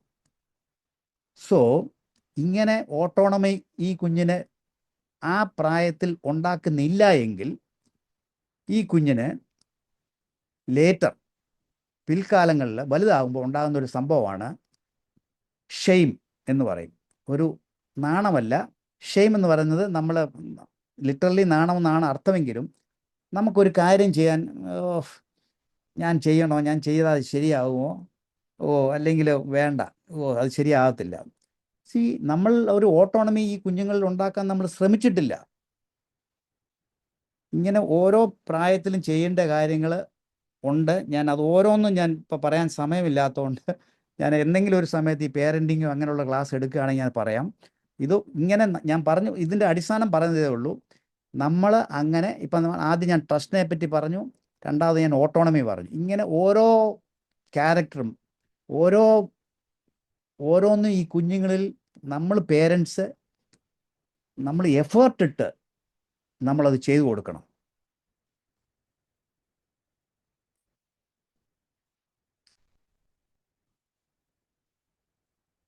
ഞാൻ ഈ അഡോളസൻസിൻ്റെ കാര്യം മാത്രം ഒന്നുകൂടെ പറയാം. അഡോളസൻസിൻ്റെ ഞാൻ മറ്റേ ഇടയ്ക്കുള്ളതൊക്കെ ഞാൻ വിടുകയാണ്, സമയമില്ലാത്തതുകൊണ്ട്. ഞാൻ കൗമാരപ്രായക്കാരുടെ, അത് നമ്മൾ പല പേരൻസും ഫേസ് ചെയ്യുന്നൊരു കാര്യം, അല്ലെങ്കിൽ നമ്മൾ കാണുന്നുണ്ട്, നമ്മളൊക്കെ പറയൂ ഇവരൊക്കെ എന്തോ കാണിക്കുന്നതെന്നൊക്കെ. നമ്മൾ ഓരോ സ്റ്റേജും, ഞാൻ ഈ പറഞ്ഞ 5 സ്റ്റേജും നമ്മൾ സക്സസ്ഫുള്ളായിട്ട് ഈ കുഞ്ഞ് കടന്നു പോവുകയാണെങ്കിൽ ഈ അഡോളസൻസിൽ ഈ കുഞ്ഞുങ്ങൾ വലിയ പ്രശ്നമൊന്നും ഉണ്ടാക്കത്തില്ല. ഇത് സക്സസ്ഫുൾ ആകാതെ, ആ പേരൻറ്റിങ് ശരിയാകാതെ, നമ്മൾ വേണ്ടുന്ന എഫേർട്ട് ഇടാതെ നമ്മൾ ഒരു അഡോളസൻസിലോട്ട് റീച്ച് ചെയ്യുമ്പോഴാണ് നമ്മുടെ പ്രോബ്ലങ്ങൾ വരുന്നത്. പിന്നെ കതിരെ കൊണ്ട് വളം വെച്ചിട്ട് കാര്യമില്ല. വാസ്തവത്തിൽ എന്ത് ചെയ്യണം എന്ന് വെച്ചിട്ട് കാര്യമില്ല. ഞാൻ ഈ കൗമാരക്കാരുടെ ആവശ്യങ്ങളും ഒന്ന് ഞാൻ പറയാം. കൗമാരക്കാരുടെ ആവശ്യങ്ങൾ, അവരുടെ നീഡ്സ് എന്താണ്? ഈ നീഡ്സ് നമ്മൾ മീറ്റ് ചെയ്തില്ലെങ്കിൽ, ഞാൻ മുമ്പേ പറഞ്ഞു, ട്രസ്റ്റ്, ആദ്യത്തെ പ്രായത്തിലെ കുഞ്ഞിൻ്റെ ട്രസ്റ്റ് മീറ്റ് ചെയ്തില്ലെങ്കിൽ അത് മിസ്ട്രസ്റ്റ് ആവും, ഓട്ടോണമി മീറ്റ് ചെയ്തില്ലെങ്കിൽ അത് ഷെയിം ആവും.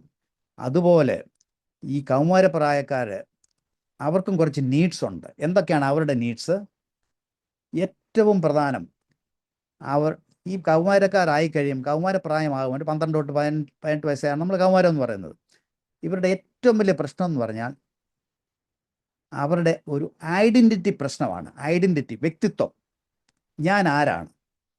ഈ ചോദ്യം അവരുടെ മനസ്സിൽ ഇങ്ങനെ ഇരിക്കും. പെട്ടെന്ന് ഇതിലോട്ട് കയറുകയാണ്. നമ്മൾ ഒരു കുഞ്ഞായിരുന്നു, നമ്മുടെ ഇമോഷണൽ ബ്രെയിൻ കൂടുതൽ വർക്ക് ചെയ്തു, നമ്മുടെ പേരൻസൊക്കെ പറയുന്നതൊക്കെ നമ്മൾ കേട്ടു നോക്കുന്നു. ഈ അഡോളസൻസ് ആകുമ്പോഴത്തേക്ക് ഹോർമോണൽ ചേഞ്ചസ് വന്നു, വളർച്ച വന്നു, ആണും പെണ്ണും വളർന്നു, അവരെ ശാരീരിക വളർച്ച വന്നു, ഹോർമോണൽ ചേഞ്ചസ് വന്നു. അപ്പോൾ ഈ കുട്ടികൾ മനസ്സിൽ വരും, ഞാൻ ആരാണ്? ഐഡൻറ്റിറ്റി. നമ്മൾ ആ ഐഡൻറ്റിറ്റിക്ക് ഒരു തക്കതായ ഒരു മാനേജ് ചെയ്തില്ലെങ്കിൽ ദർസ് എ പ്രോബ്ലം. ഒരു ഉദാഹരണം ഞാൻ പറയാം. ഈ ഐഡൻറ്റിറ്റി, ഞാൻ ആരാണ്? കുഞ്ഞുങ്ങളിങ്ങനെ നോക്കും. ഈവൻ നമ്മൾ വീട്ടിലൊരു ചെറിയൊരു ഡിസ്കഷൻ നടക്കുമ്പോൾ, നമുക്കൊരു വീട് അല്ലെങ്കിൽ ഒരു കാർ വാങ്ങിക്കണം, അപ്പം പോലും നമ്മൾ ഈ കുഞ്ഞിനെ, ഈ 12 വയസ്സും 13 വയസ്സുള്ള നമ്മൾ അവൻ്റെ അഭിപ്രായം കൂടെ നമ്മൾ ഉൾക്കൊള്ളണം. കാരണം അവനും ഒരു അഭിപ്രായം അത് ഉണ്ട് എന്നും, അവൻ ആരാണ്, അവനൊരു വ്യക്തിയായിട്ട് അവനെ അംഗീകരിക്കുന്നു എന്നുള്ള തോന്നൽ അവനുണ്ടാവും. That's very important. ഐഡൻറ്റിറ്റി. ഇത് നമ്മൾ അവനെ ഗവനിക്കാതെ നീ ചുമ്മാ ഇരടാ അവിടെ, നിനക്കെന്തോ അറിയാം, നീ ചുമ്മാ പിള്ളേരല്ലേ, you should not never say like that.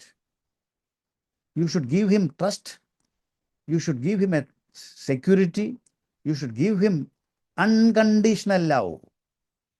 അവൻ തിരിച്ചെന്തോലൊക്കെ പറയും നമ്മളെ, അപ്പനൊന്നും അറിയത്തില്ല, അമ്മയ്ക്കാണ് അറിയാവുന്നത്, എനിക്കല്ലേ അറിയാവുന്നത്. He will say like that. He will cross all the boundaries. അവൻ അങ്ങനെയാണ് അവൻ്റെ വ്യക്തിത്വത്തെ അവൻ ഐഡൻറ്റിഫൈ ചെയ്ത് അവൻ ആരാണെന്ന് മനസ്സിലാക്കുന്നത് അങ്ങനെയാണ്. So you need A guided ആയിട്ട് അവനെ നമ്മൾ ആ സ്റ്റേജ് നമ്മൾ നോക്കണം, ഗൈഡ് ചെയ്ത് നോക്കണം. നമ്മൾ ദേഷ്യപ്പെടുകയല്ല ചെയ്യുന്നത്, ദേഷ്യപ്പെടുന്നതുകൊണ്ട് ഒരു പ്രയോജനവുമില്ല. അപ്പം ഐഡൻറ്റിറ്റി ക്രൈസിസ്, ഇത് നമ്മൾ ശരിയായ രീതിയിൽ പോയില്ലെങ്കിൽ they will go in four identity crisis. ഞാൻ ആരാണെന്നുള്ള അവന് മനസ്സിലാകാതെ പോകും. രണ്ടാമത്തെ അവൻ്റെ ആ ഏജിലുള്ളൊരു ആവശ്യമാണ് ഒരു കരിയർ ഓറിയൻറ്റേഷൻ. ഒരു ജോലി ഉണ്ടാകണം, നമുക്കിനി ഒരു ജോലി നമ്മൾ കണ്ടുപിടിക്കണം, അല്ലെങ്കിൽ നമുക്കൊരു ജോലിയോട് ഇഷ്ടം വേണം, നമുക്കൊരു ജോലി ചെയ്യേണ്ടി വരും എന്നുള്ള ഒരു ചിന്ത അവരിൽ വരണം. മൂന്നാമത്തെ കാര്യമാണ് സെക്ഷൽ ഓറിയൻറ്റേഷൻ. ഇതൊരു വലിയ ടോപ്പിക്കാണ്. അത് ഞാനിപ്പം ഒന്ന് ജസ്റ്റ് ഓടിച്ചു വിടാം. ഈ ഓപ്പോസിറ്റ് സെക്സിനോടുള്ള ഒരു അട്രാക്ഷൻ അതൊരു നോർമലാണ്. അത് എങ്ങനെ ഒരു മ്യൂച്വൽ റെസ്പെക്റ്റോ അന്യോന്യം ബഹുമാനത്തോടെ എങ്ങനെ കാണണം, എങ്ങനെ അവരുമായിട്ട് ഇടപെടണം എന്നുള്ളത് നമ്മളാണ് പറഞ്ഞു കൊടുക്കേണ്ടത്. അതിനകത്ത് നീ അവളോട് എന്തോടെ സംസാരിച്ചത്, അവിടെ കൂടെ എന്തോ നോക്കിയത്, അങ്ങനല്ല നമ്മൾ സംസാരിക്കേണ്ടത്. നമ്മൾ അവനെ മനസ്സിലാക്കി അവനോട് പറഞ്ഞു കൊടുക്കണം, നമ്മൾ ഗൈഡ് ചെയ്യണം. We should guide them for A sexual orientation. അതുപോലെ പിയർ ഗ്രൂപ്പ്, അടുത്തതാണ് പിയർ ഗ്രൂപ്പ്. അതായത് അവൻ്റെ സമപ്രായത്തുകാർ നമ്മൾ പറയുന്നതിൽ അവരെയാണ് അവൻ കൂടുതൽ വിശ്വസിക്കുന്നത്. എൻ്റെ കൂട്ടുകാരൻ റോയ് പറഞ്ഞല്ലോ അങ്ങനെ ചെയ്താൽ മതിയെന്ന്. സോ ഈ പിയർ ഗ്രൂപ്പ് കൺഫേമിറ്റി നമ്മൾ പറയും. പിയർ ഗ്രൂപ്പ്, ആ പിയർ ഗ്രൂപ്പിൽ ചേർന്ന് പോകാനായിട്ട് ഈ അഡോളസൻസ് കുഞ്ഞുങ്ങളുടെ ഒരു വലിയൊരു വാഞ്ചയാണ്, അവർക്ക് വലിയൊരു ആഗ്രഹമാണത്. പിയർ ഗ്രൂപ്പ് കൺഫേമിറ്റി എന്ന് പറയും അതിനകത്ത്. അതൊരു നോർമലാണ്. അതുകൊണ്ടാണ് നമ്മൾ പേരൻസ് നോക്കണം ഇവൻ്റെ കൂട്ടാരാണ്, ഇവന് ഏത് കൂട്ടുകാരോടാണ് പോകുന്നത്. വി ഷുഡ് ഹാവ് അവനോട് ചോദിച്ച് ഡയറക്റ്റായിട്ട് ചോദിക്കുന്നതിലും നമ്മളൊരു ഇൻഡയറക്റ്റായിട്ട് നമ്മൾ മനസ്സിലാക്കി വെക്കണം. അത് ഇത് ചെയ്യുന്നില്ല എങ്കിൽ ഈ റോൾ കൺഫ്യൂഷൻ ഉണ്ടാവും and goes into trouble. ഈ പ്രായത്തിലാണ് നമ്മൾ ലവ്, സെക്യൂരിറ്റി. നമ്മൾ ഈ കൗൺസിലിങ്ങിൽ എപ്പോഴും പറയുന്നൊരു ഉണ്ട്, ഒരു 15 വയസ്സുള്ള അല്ലെങ്കിൽ 16 വയസ്സുള്ളൊരു പെൺകുട്ടി അല്ലെങ്കിൽ ഒരു ആൺകുട്ടി, നമ്മളൊരു എക്സാമ്പിൾ പറയാം. ഒരു പെൺകുട്ടി ഒരു ആൺകുട്ടിയെ പ്രേമിക്കുന്നു എന്ന് കരുതുക. അപ്പം നമ്മൾ പറയും, നീ എന്തോ കണ്ടിട്ടാണ് പ്രേമിക്കുന്നത്, അവൻ എന്തോ അത് നീ ഇപ്പോൾ കൊച്ചു പെണ്ണല്ലേ വാസ്തവത്തിൽ നമ്മൾ ഇതിൻ്റെ ഒരു അടിസ്ഥാനം മനസ്സിലാക്കേണ്ട ഒരു കാര്യം ഞാൻ പേരൻസിനോട് പറയുന്നതാണ്. ഈ കുട്ടി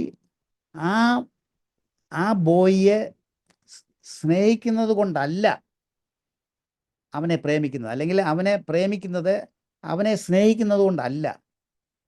പിന്നെയോ she feels that she is being loved, അതായത് അവൻ സ്നേഹിക്കുന്നു എന്ന് അവൾക്ക് തോന്നുന്നുകൊണ്ടാണ്. Because she was not getting this from her home, because she is not getting it from her parents, her family. So more than this, അതായത് അവനോടുള്ള സ്നേഹത്തെക്കാട്ടിലും അവൻ സ്നേഹിക്കുന്നു എന്ന് അവിടെ തോന്നൽ കൊണ്ടാണ് വാസ്തവത്തിൽ ഇതിലൊക്കെ ചെന്ന് ചാടുന്നത്.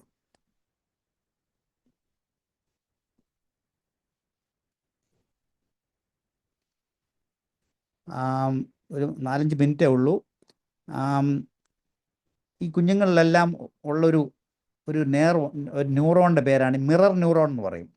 മിറർ ന്യൂറോൺ ഒരു 4 വയസ്സ് മുതലേ കുഞ്ഞുങ്ങൾ ഡെവലപ്പ് ചെയ്യുന്ന ഒരു സിസ്റ്റമാണ് മിറർ ന്യൂറോൺസ് എന്ന് പറയും. അതായത് കണ്ണാടി ഞരമ്പുകൾ എന്ന് പറയും. അതായത് നമ്മൾ ഒരു കുഞ്ഞിനെ ഒരു കാര്യം കാണിച്ചാൽ ആ കുഞ്ഞത് റിപ്പീറ്റ് ചെയ്യും. നമ്മൾ ശ്രദ്ധിച്ചിട്ടുണ്ടാവും മിറർ ന്യൂറോൺസ്. അപ്പം നമ്മൾ എന്ത് നല്ല കാര്യങ്ങൾ കാണിച്ചോ ആ കുഞ്ഞത് ഫോളോ ചെയ്യും. നമ്മൾ എന്ത് ചീത്ത കാര്യങ്ങൾ കാണിച്ചോ, ഇപ്പം നമ്മൾ കുഞ്ഞുങ്ങളുടെ മുമ്പിൽ വെച്ച് മദ്യപിക്കുക, അത് മിറർ ന്യൂറോൺ കൊണ്ട് ആ കുഞ്ഞും അത് ലേൺ ചെയ്യും. So be careful when you are doing things like that in front of the children. പിന്നെ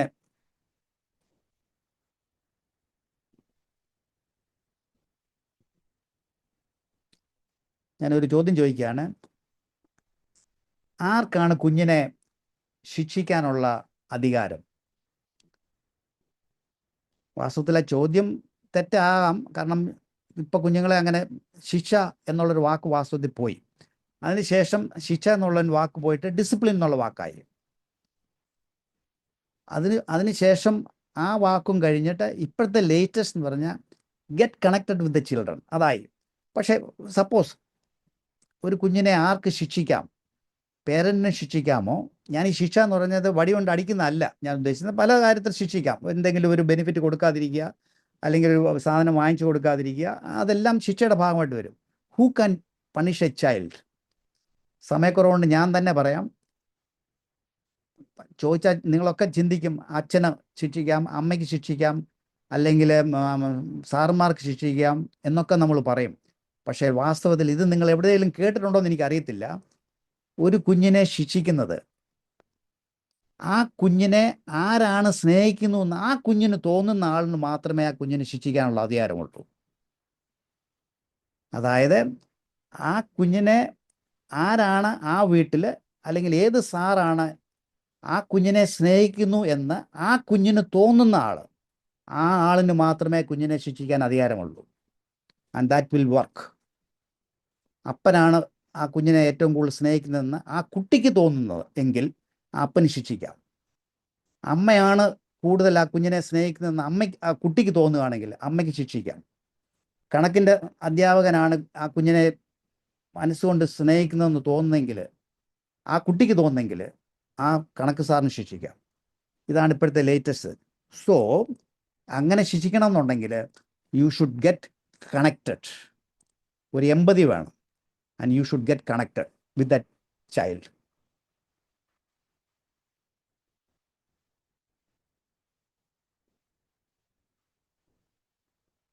ഒരു മിനിറ്റ് കൊണ്ട് ഞാൻ നിർത്തുകയാണ്. 10:20 നമ്മൾ ഇയർലി ചൈൽഡ്ഹുഡിൽ നമ്മൾ കുഞ്ഞുങ്ങളെ കൈവിടേണ്ട സമയത്ത് കൈവിടണം. എപ്പോഴും പിടിച്ചു മുറുക്കി നടക്കണ്ട, അനാവശ്യമായിട്ട് നമ്മൾ ഇടപെടണ്ട, അമിതമായിട്ട് ലാളന വേണ്ട. Let him have A healthy personality with a spiritual basis. ഞാൻ പറഞ്ഞ സ്പിരിച്വാലിറ്റി എന്ന് പറഞ്ഞാൽ love your neighbour as you love your self.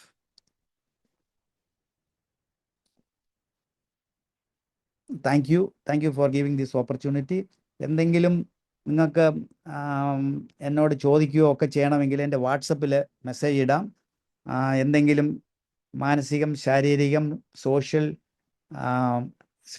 Spiritual, ഞാൻ ഉദ്ദേശിച്ച കാര്യങ്ങൾ, എന്തെങ്കിലും സ്ട്രെസ്, സ്ട്രെയിൻ ഒക്കെ ഉണ്ടെങ്കിൽ എന്നെ കോൺടാക്ട് ചെയ്യാം. You can use my WhatsApp. എന്തെങ്കിലും ചോദ്യങ്ങൾ ആർക്കെങ്കിലും ഉണ്ടെങ്കിൽ ചോദിക്കാം. ഒരു 2-3 മിനിറ്റ് ചോദിക്കാം.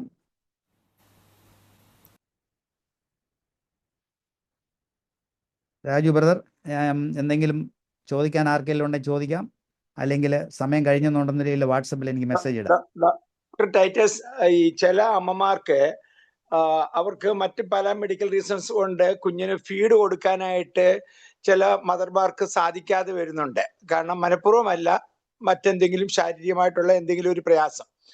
അന്നേരം അമ്മയുടെ മുന്നിൽ മറ്റ് ചോയ്സ് ഇല്ല. ടൈറ്റസ് ഡോക്ടർ പറഞ്ഞതുപോലെ പെട്ടിപ്പൊടി കൊടുക്കാതെ നിവൃത്തിയില്ല. അത് അങ്ങനെയുള്ള സിറ്റുവേഷനിൽ എന്താ ചെയ്യുക? എന്തുവാ അതിനോടൊരു മറ്റേതെങ്കിലും ഒരു പോം വഴി ഉണ്ടോ? ബ്രസ്റ്റ് ഫീഡിങ് സാധിക്കാതെ ഘട്ടം മനസ്സിലായി. എനിക്ക് ചോദ്യം മനസ്സിലായി. ഞാൻ പ്രതീക്ഷിച്ച ചോദ്യമാണ്. നമ്മൾ ഒരു കാര്യം ഞാൻ ഇങ്ങനെയുള്ളവരോട് പറയും. ഞാൻ പറയുന്നൊരു കാര്യമുണ്ട്. അതായത് ഇന്നു വരെ ഒരു പശുവും ഒരു പശുക്കിടാവിന് പാല് കൊടുക്കാതിരിക്കാൻ പറ്റിയിട്ടേയില്ല. നമ്മൾ ആലോചിച്ചാൽ അതാണ് പ്രകൃതി നിയമം. വാസ്തവത്തിൽ ഞാനത് വേറെ മെഡിക്കൽ കാരണങ്ങളൊക്കെ ഉണ്ടാകും, തീർച്ചയായിട്ടും കാണാം. പക്ഷെ നമ്മളൊരു മനസ്സിലാക്കേണ്ട ഒരു കാരണം, ഒരു ആനിമൽസും അതിൻ്റെ കുഞ്ഞിന് ജീവിച്ചിരിക്കുന്ന സമയത്ത് പാല് കൊടുക്കാൻ പറ്റാതെ പോകുന്നത് very very very very rare. ആ very very very rare situation മാത്രമേ നമ്മൾ ഉണ്ടാവൂ, ഈ ഹ്യൂമൻ ബീങ്സിന് ഉണ്ടാവത്തുള്ളൂ. നമ്മൾ മനസ്സിലാക്കേണ്ടത് ഒരു 10, 30, 40 വർഷം അല്ലെങ്കിൽ ഒരു 50 വർഷം മുമ്പത്തെ കാര്യം ഒന്ന് ആലോചിച്ച് നോക്കുക. നമ്മൾ അപ്പം തന്നെ നമുക്ക് മനസ്സിലാവും എന്തുകൊണ്ടാണ് ഇപ്പോഴത്തെ ഈ ചിന്ത. അതായത് നമ്മൾ ഇങ്ങനെ ഒരു ചിന്ത മനസ്സിൽ വരുന്നത് തന്നെ ഞാൻ പറഞ്ഞല്ലോ, ബ്രസ്റ്റിലല്ല, മുലയിലല്ല മുലപ്പാൽ ഉണ്ടാകുന്നത്. മുലപ്പാൽ ഉണ്ടാകുന്നത് തലച്ചോറിലാണ്. ആ തലച്ചോറിൽ നിന്നൊരു ഹോർമോൺ, ഓക്സിറ്റോക്സിൻ എന്ന് പറഞ്ഞ ഹോർമോൺ വന്നെങ്കിൽ മാത്രമേ ഇത് വരത്തുള്ളൂ, ഈ ബ്രസ്റ്റ് മിൽക്ക് ഇജക്റ്റ് ചെയ്യത്തുള്ളൂ. ഇല്ലെങ്കിൽ അവിടെ കിടക്കത്തേ ഉള്ളത്. അത് പിന്നെ ഓപ്ഷൻ ഒന്നും ഇല്ലെങ്കിൽ ഞാൻ പറഞ്ഞല്ലോ, വെരി വെരി റെയർ സിറ്റുവേഷനിൽ നമ്മൾ വേറെ ആർട്ടിഫിഷ്യൽ മിൽക്ക് കൊടുക്കാം. പക്ഷേങ്കിൽ അതിൻ്റെ നമ്മൾ മനസ്സിലാക്കേണ്ട സംഭവം very very rare and you are very unfortunate. അത് മനസ്സിലാക്കണം നമ്മൾ. ഒരു കുഞ്ഞിന് നമ്മളത് കൊടുക്കാൻ പറ്റാതെ വരിക എന്ന് പറഞ്ഞാൽ ഇറ്റ്സ് വെരി അൺഫോർച്ചുനേറ്റ്. അതിൻ്റെ പരിണത ഫലങ്ങൾ ഒരുപാട് കാര്യങ്ങൾ പിന്നെ ലേറ്റർ ലൈഫിൽ ഇപ്പം നമ്മൾ പറയുന്നത് അത് സമയമില്ലാത്തതുകൊണ്ട് ഞാൻ അതിലേക്ക് കടക്കുന്നില്ല. ഇനി അങ്ങനെ സിറ്റുവേഷൻ വരാം medically, very very rarely it happen. Anything else?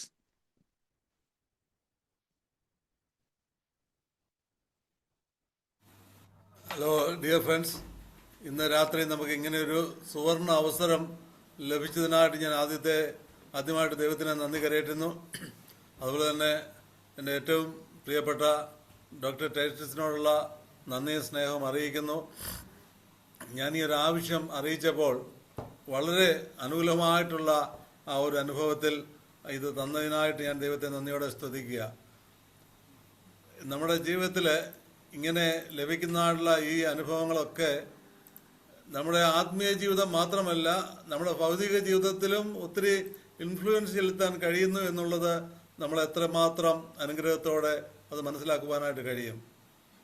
ഇന്ന് രാത്രി നമ്മളെ കേൾപ്പിച്ചതായിട്ടുള്ള ആ അനുഗ്രഹിക്കപ്പെട്ടതായിട്ടുള്ള വാക്കുകൾ നമ്മുടെ വ്യക്തി ജീവിതത്തിൽ മാത്രമല്ല, നമ്മളെ ചുറ്റിപ്പറ്റി നിൽക്കുന്ന അനേകരുടെ ജീവിതത്തിൽ അത് അനുഗ്രഹമായി മാറുവാൻ കൊണ്ടും ദൈവം സഹായിച്ചു. ഇത്രയും നല്ലൊരു രീതിയിൽ ക്ലാസ് എടുത്ത പ്രിയ ഡോക്ടർ ടൈറ്റസിനോടുള്ള നന്ദി അറിയിക്കുന്നു. ഞങ്ങൾ റിയാദിലെ നമ്മുടെ പ്രയർ ലീഡേഴ്സുമായിട്ട് ആലോചന ശേഷം ഞാൻ അറിയിക്കാം. അടുത്ത definitely we need A couple of more classes and we appreciate that your valuable time, and we are really glad that you are spending this time to us. Doctor, thank you. Okay, ഞങ്ങളെ ഒന്നുകൂടെ അവിടെ റിയാദിലെ നമ്മുടെ ഈ prayer ലീഡേഴ്സുമായിട്ടൊന്ന് ആലോചിച്ചിട്ട് ഞാൻ അറിയിക്കാം എപ്പോഴാണ് നമുക്ക് ഫർദർ എന്നുള്ളത്. Thank you. So I appreciate your availability and your offer to help us. This is ഇതുപോലുള്ളൊരു ക്ലാസ് ഇതിനു മുമ്പ് നമുക്ക് അങ്ങനെ എടുക്കാനുള്ളൊരു സാഹചര്യം ഒത്തിട്ടില്ല. അങ്ങനെയുള്ളൊരു ഡോക്ടറിൻ്റെ അവൈലബിലിറ്റി ഞങ്ങൾക്ക് മനസ്സിലായിട്ടില്ലായിരുന്നു. ഇങ്ങനെ ഒരു ക്രമീകരണം ചെയ്തതിന് പ്രത്യേകിച്ച് നന്ദി അറിയിക്കുന്നു. ഇപ്പോൾ നമ്മുടെ തുടർന്നുള്ള നമ്മൾ ഒരു പാട്ടിൻ്റെ ഏതാനും ചരണങ്ങൾ മാത്രം പാടാനുള്ള സമയങ്ങളേ ഉള്ളൂ. പ്രിയ മിനി സഹോദരി ഒരു പാട്ടിൻ്റെ 1-2 സ്റ്റാൻസ പാടിക്കാട്ട്.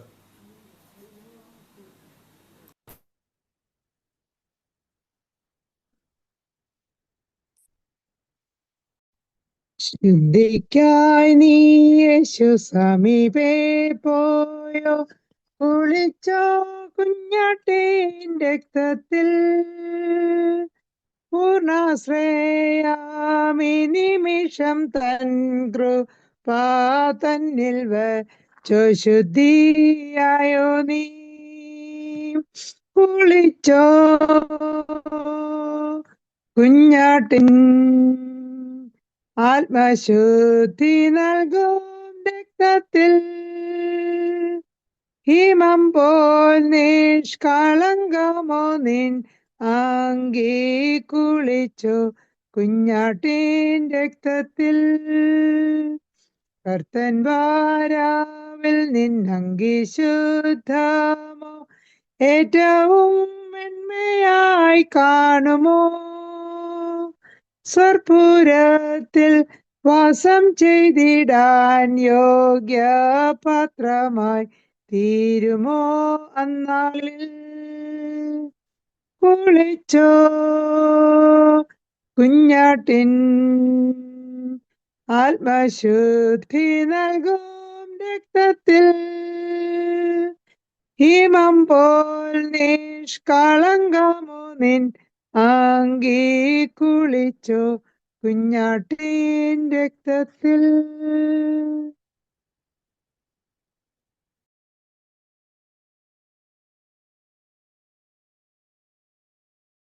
ഇപ്പോൾ കൂട്ടത്തെ വഹിച്ചുകൊണ്ട് പ്രിയ ഷാജി പ്രാർത്ഥിക്കും.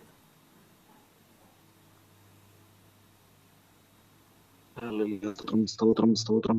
മഹാപരിശുദ്ധനും സർവശക്തനും നിത്യനും ഞങ്ങളെ അതിവാത്സല്യമായി സ്നേഹിക്കുന്നതിനുമായ നല്ല ദൈവമേ, സ്തുതിസ്നായ പിതാവേ, വീണ്ടും ഒരു പ്രാവശ്യം കർത്താവേ അവിടുത്തെ സന്നിധിയിൽ ഒരുമിച്ച് ഒരുവാൻ തക്കോണം ഒരുക്കി തന്നായി വിലയേറിയ സാവകാശത്തിനായിട്ട് നന്ദിയോടെ സ്തോത്രം ചെയ്യുന്ന കർത്താവേ, ഈ നിമിഷം വരെയും നീ മാത്രം കാത്തു പരിപാലിച്ചു. എത്രമാത്രം സ്നേഹത്തോടെ, എത്രമാത്രം കരുതലോടെ കർത്താവെ നിലനിർത്തിയെന്ന് ഓർക്കുമ്പോൾ എത്ര സ്തുതിച്ചാലും മതിയാവുകയില്ല കർത്താവെ. കേൾപ്പിക്കപ്പെട്ട ഈ വിലയേറിയ അറിവിനായിട്ട് നന്ദിയോടെ സ്തോത്രം ചെയ്യുന്ന കർത്താവെ, എത്രമാത്രം സങ്കീർണമായിട്ടുള്ള ഒരു വിഷയം ചെറിയ സമയത്തിനുള്ളിൽ കർത്താവെ ഞങ്ങളുടെ മുൻപില് ഒരുക്കി തരുവാൻ തക്കൊണ്ടും അവിടുന്ന് പ്രിയ ഡോക്ടറെ കർത്താവെ ഒരുക്കിയതിനായിട്ട് നന്ദിയോടെ സ്തോത്രം ചെയ്യുന്നു കർത്താവെ. ഞങ്ങൾ ഓരോരുത്തരും കർത്താവെ, ജനിക്കുന്ന തലമുറകൾ ഓരോരുത്തരും കർത്താവെ, വ്യക്തിത്വ വൈകല്യങ്ങൾ ഇല്ലാതെ ജനിപ്പാൻ തക്കവണ്ണം അമ്മയുടെ ഉദരത്തിൽ ഉരുവാകുന്നതിന് മുൻപേ ഞങ്ങളെ കണ്ട ദൈവമേ, ആ ദൗത്യം ഞങ്ങളെ ഏൽപ്പിച്ച ദൈവമേ, അത് പൂർവാധികം ഭംഗിയായിട്ട് നിർവഹിപ്പാൻ അവരവരുടെ സാഹചര്യങ്ങളിൽ നിന്നുകൊണ്ട്, അവരുടെ പരിമിതികളിൽ നിന്നുകൊണ്ട്, പരിമിതികളെക്കാളും സാഹചര്യങ്ങളെക്കാളും അതീതമായിട്ട് പ്രവർത്തിക്കുന്ന സർവശക്തനായ ദൈവത്തിൽ ആശ്രയിച്ചുകൊണ്ട് കർത്താവെ മുൻപോട്ട് പോകുവാൻ കൃപ നൽകണമേ എന്ന് പ്രാർത്ഥിക്കുന്നു. തലമുറയായി ഞങ്ങളെ സ്നേഹിക്കുന്നു നല്ല ദൈവമേ, സ്വർഗസ്ഥനായ പിതാവേ, നിന്റെ കൃപയിൽ കർത്താവെ നിലനിൽപ്പാൻ ഞങ്ങളെ സഹായിക്കണം പ്രാർത്ഥിക്കുന്നു കർത്താവെ. ഞങ്ങളെപ്പോലെ തന്നെ ഞങ്ങളുടെ അയൽക്കാരനെ സ്നേഹിപ്പാൻ തക്കണം കർത്താവെ, അവിടെ ഞങ്ങളെ സഹായിക്കണമേ എന്ന് പ്രാർത്ഥിക്കുന്നു. ബാലൻ നടക്കേണ്ടുന്ന വഴിയിൽ തന്നെ അവനെ അഭ്യസിപ്പാൻ തക്കോണം കർത്താവെ, ആത്മീയമായിട്ടുള്ള ജ്ഞാനവും ആത്മീയമായിട്ടുള്ള വിവേകവും ആത്മീയമായിട്ടുള്ള അറിവും ദൈവഭയവും ദൈവഭക്തിയും ഞങ്ങൾ നിറയ്ക്കണമെന്ന് പ്രാർത്ഥിക്കുന്ന കർത്താവെ. കറയും ചുളുക്കവും ഇല്ലാത്തവരായി ആരും ഈ ഭൂമിയിൽ ജനിച്ചിട്ടില്ലല്ലോ കർത്താവെ. കറയും ചുളുക്കവും ഇല്ലാത്തവരായി ജീവിപ്പാൻ ശ്രമിപ്പാൻ ഞങ്ങളെ സഹായിക്കണമെന്ന് പ്രാർത്ഥിക്കുന്ന കർത്താവെ. കൃപയാൽ നിറയ്ക്കണമേ കർത്താവെ. ഓരോ വ്യക്തിയും കർത്താവെ അവിടുത്തേക്ക് എത്രമാത്രം പ്രിയപ്പെട്ടതാകുന്നു, എത്രമാത്രം കരുതലോടെ, എത്രമാത്രം സൂക്ഷ്മതയോട് കൂടിയാകുന്നു കർത്താവെ ഓരോ വ്യക്തിയെയും അമ്മയുടെ ഉദരത്തിൽ അവിടുന്ന് ഉരുവാക്കുന്നതെന്ന് അറിവാൻ തക്കോണം ഈ ചെറിയ സമയത്തിനുള്ള കർത്താവെ ഒരുപാട് അറിവ് ഞങ്ങളുടെ ഉള്ളിൽ പകർന്നു തരുവാൻ തക്കോണം പ്രിയ ഡോക്ടറെ അവിടുന്ന് സഹായിച്ചതിനായി, ശക്തീകരിച്ചതിനായി, അനുഗ്രഹിച്ചതിനായിട്ട് നന്ദി നിറഞ്ഞ ഹൃദയത്തോടെ തിരുനാമത്തിന് സ്തോത്രം ചെയ്ത് കർത്താവെ.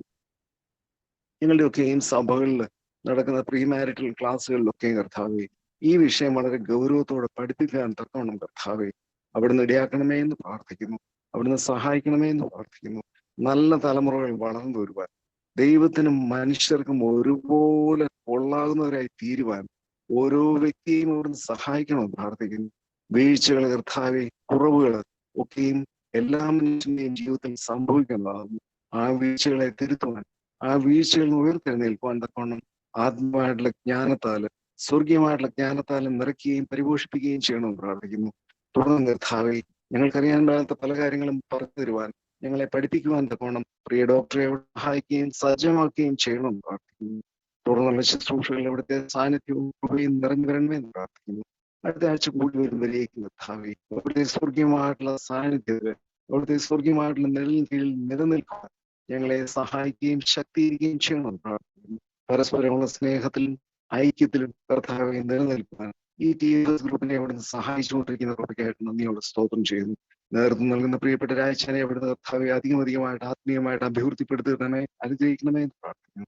കൃപയാൽ നിറയ്ക്കണമേ ഞങ്ങളുടെ ഓരോരുത്തരുടെയും കുടുംബാംഗങ്ങളെയും കുഞ്ഞുങ്ങളെയും കർത്താവെ ഈ നിമിഷം അവിടുത്തെ മുൻപാകെ താഴ്ത്തി സമർപ്പിക്കുന്നു.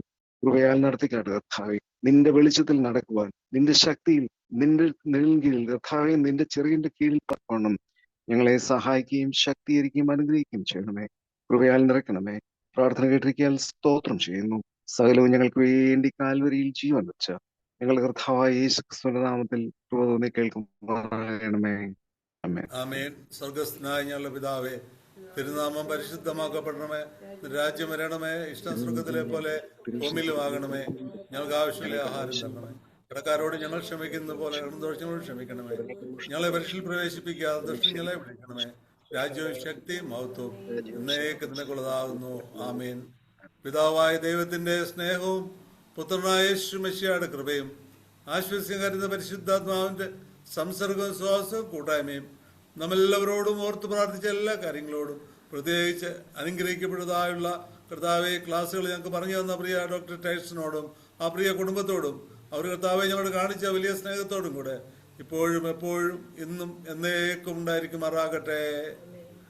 അനുഗ്രഹത്തോടെ ഇപ്പോൾ അയക്കാടിയാരേ വായേ മനസ്സലെ ഉടയ മഹോന്നത പരനെ വന്ദനം നിനക്കാമേ. മനസ്സലെ ഉടയ മഹോന്നത പരനെ വന്ദനം നിനക്കാമേൻ. നമ്മുടെ കർത്താവായ യേശു ക്രിസ്തുവിനാൽ ഇന്നും നമുക്ക് ജയം തന്ന ദൈവത്തിന് സ്തോത്രം. Hallelujah, hallelujah, hallelujah.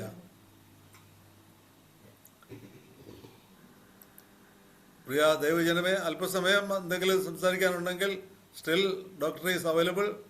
Anybody have any doubts? This is unofficial, so that whoever want to spend more time, they are allowed. എന്തെങ്കിലും ചോദിക്കാനോ ഡോക്ടറുമായിട്ട് ഇന്ററാക്ട് ചെയ്യാനോ ഉള്ള സമയം, പരിമിതമായുള്ള സമയമുണ്ട്.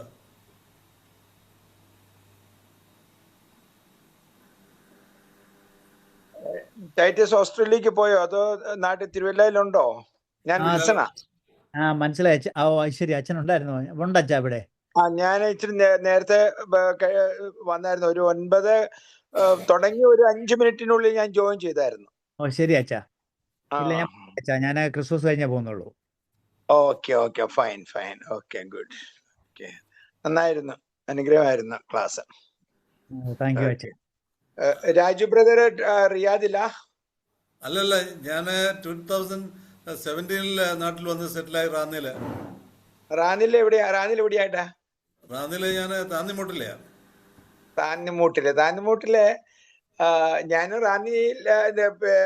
ഞാനും ടൈറ്റസും ഒക്കെ ഒരേ ഏകദേശം കോളേജിൽ ഞങ്ങൾ ഒരുമിച്ച് പഠിച്ചവരാ, സുഹൃത്തുക്കളാ.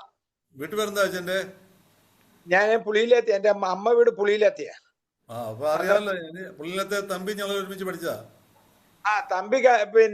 തമ്പി ഞാനും എന്റെ വല്യപ്പച്ചന്റെ ജ്യേഷ്ഠാനിയന്മാരുടെ കൊച്ചുമക്കളാ ഞാനും തമ്പി. ഓ വെരി ഗുഡ്. തമ്പിയുടെ വല്യപ്പച്ചനും എന്റെ വല്യപ്പച്ചനും ജ്യേഷ്ഠനും അനിയനുമാ. തമ്പിയെ ഞങ്ങളെ UK ഇംഗ്ലണ്ടിൽ പോകുന്നുണ്ട്, കാണാറുണ്ട്. തമ്പിയുടെ വീട്ടിൽ പോയിട്ടുണ്ട്. തമ്പി. ഓ അച്ഛാ, അത് ശരി. പുള്ളിയിലത്തെ വിൽസൺ എന്ന് പറഞ്ഞാൽ അറിയാം. ഓക്കെ, അപ്പം നമ്മൾ തമ്മിൽ അറിയും. കണ്ട് എനിക്കൊരു സംശയം പോലെ, തീർച്ചയായിട്ടും കണ്ടു കാണണം. എന്റെ മൂത്ത ബ്രദറായിരുന്നു. റാന്നി ഫെഡറൽ ബാങ്കിൽ ജോലി ചെയ്തിരുന്ന ബാബു എന്റെ മൂത്ത ബ്രദറായിരുന്നു. അത് ശരി. ഓക്കെ. 73, 74 പിന്നെ ഫെഡറൽ ബാങ്കിലുണ്ടായിരുന്നല്ലോ, അല്ലയോ? അതെ അതെ, ഞാൻ 74, 77 കോഴഞ്ചേരിയിലായിരുന്നു ഗ്രാജുവേഷൻ. അപ്പം പ്രീ ഡിഗ്രി സമയത്താണ് ഇവരുമായിട്ടുള്ള ബന്ധം. അത് ശരി. ഞാൻ 73 BSc പിന്നെ കംപ്ലീറ്റ് ചെയ്തു. ഞാൻ വീണ്ടും ബന്ധപ്പെടാൻ കാണാം. ഞാനിത് റെക്കോർഡ് ചെയ്തിട്ടുണ്ട്. റെക്കോർഡിങ് അടുത്ത ക്ലാസ്സിലെ ടൈം കൂടെ അറിയിക്കണേ. അത് കിട്ടുകയും ചെയ്യും. അടുത്ത ക്ലാസ്സിലെ ടൈം ഒന്ന് അറിയിക്കണേ. ഫെലോഷിപ്പ് റിയാദിന്റെ ഗ്രൂപ്പിലുള്ളവർക്ക് അങ്ങനെ ഗ്രൂപ്പിൽ ഞാൻ പോസ്റ്റ് ചെയ്യുന്നതായിരിക്കും. അല്ലാത്തവർക്ക് ഡോക്ടർ ടൈറ്റസ് അയച്ചു തരും. Okay, fine. ഓക്കെ, കർത്താവ് ഇരിക്കട്ടെ. Okay, thank U. ഓക്കെ, കടന്നു വന്ന ജോയിൻ ചെയ്ത നമ്മുടെ ട്രിനിറ്റി ഫെലോഷിപ്പിന്റെ ഗ്രൂപ്പിലല്ലാതെ പുറത്തുനിന്ന് കടന്നു വന്ന ജോയിൻ ചെയ്ത എല്ലാവരോടും ഒരിക്കൽ കൂടെ നന്ദി സ്നേഹവും അറിയിക്കുന്നു. എല്ലാ തേഴ്സ്ഡേയിലും 6:30 മണിക്ക് റിയാദിലെ ടൈമിങ്ങും ഇന്ത്യൻ ടൈം 9 o'clock ഈ മീറ്റിംഗ് ഉണ്ട്. സെയിം ലിങ്കും സെയിം നമ്മുടെ യൂസർ നെയിം പാസ്വേഡും എല്ലാം സെയിം ആണ്. താല്പര്യമുള്ളവർക്ക് ജോയിൻ ചെയ്ത് മീറ്റിങ്ങുമായിട്ട് പങ്കെടുക്കാം. ഞാൻ മീറ്റിംഗ് ക്ലോസ് ചെയ്തോട്ടെ? Okay, thank you. All right, bye bye. Doctor, ഞാൻ വിളിക്കാം പിന്നീട്. ഓക്കെ, ഓക്കെ, ഒത്തിരി ബൈ. താങ്ക്സ്. ബൈ.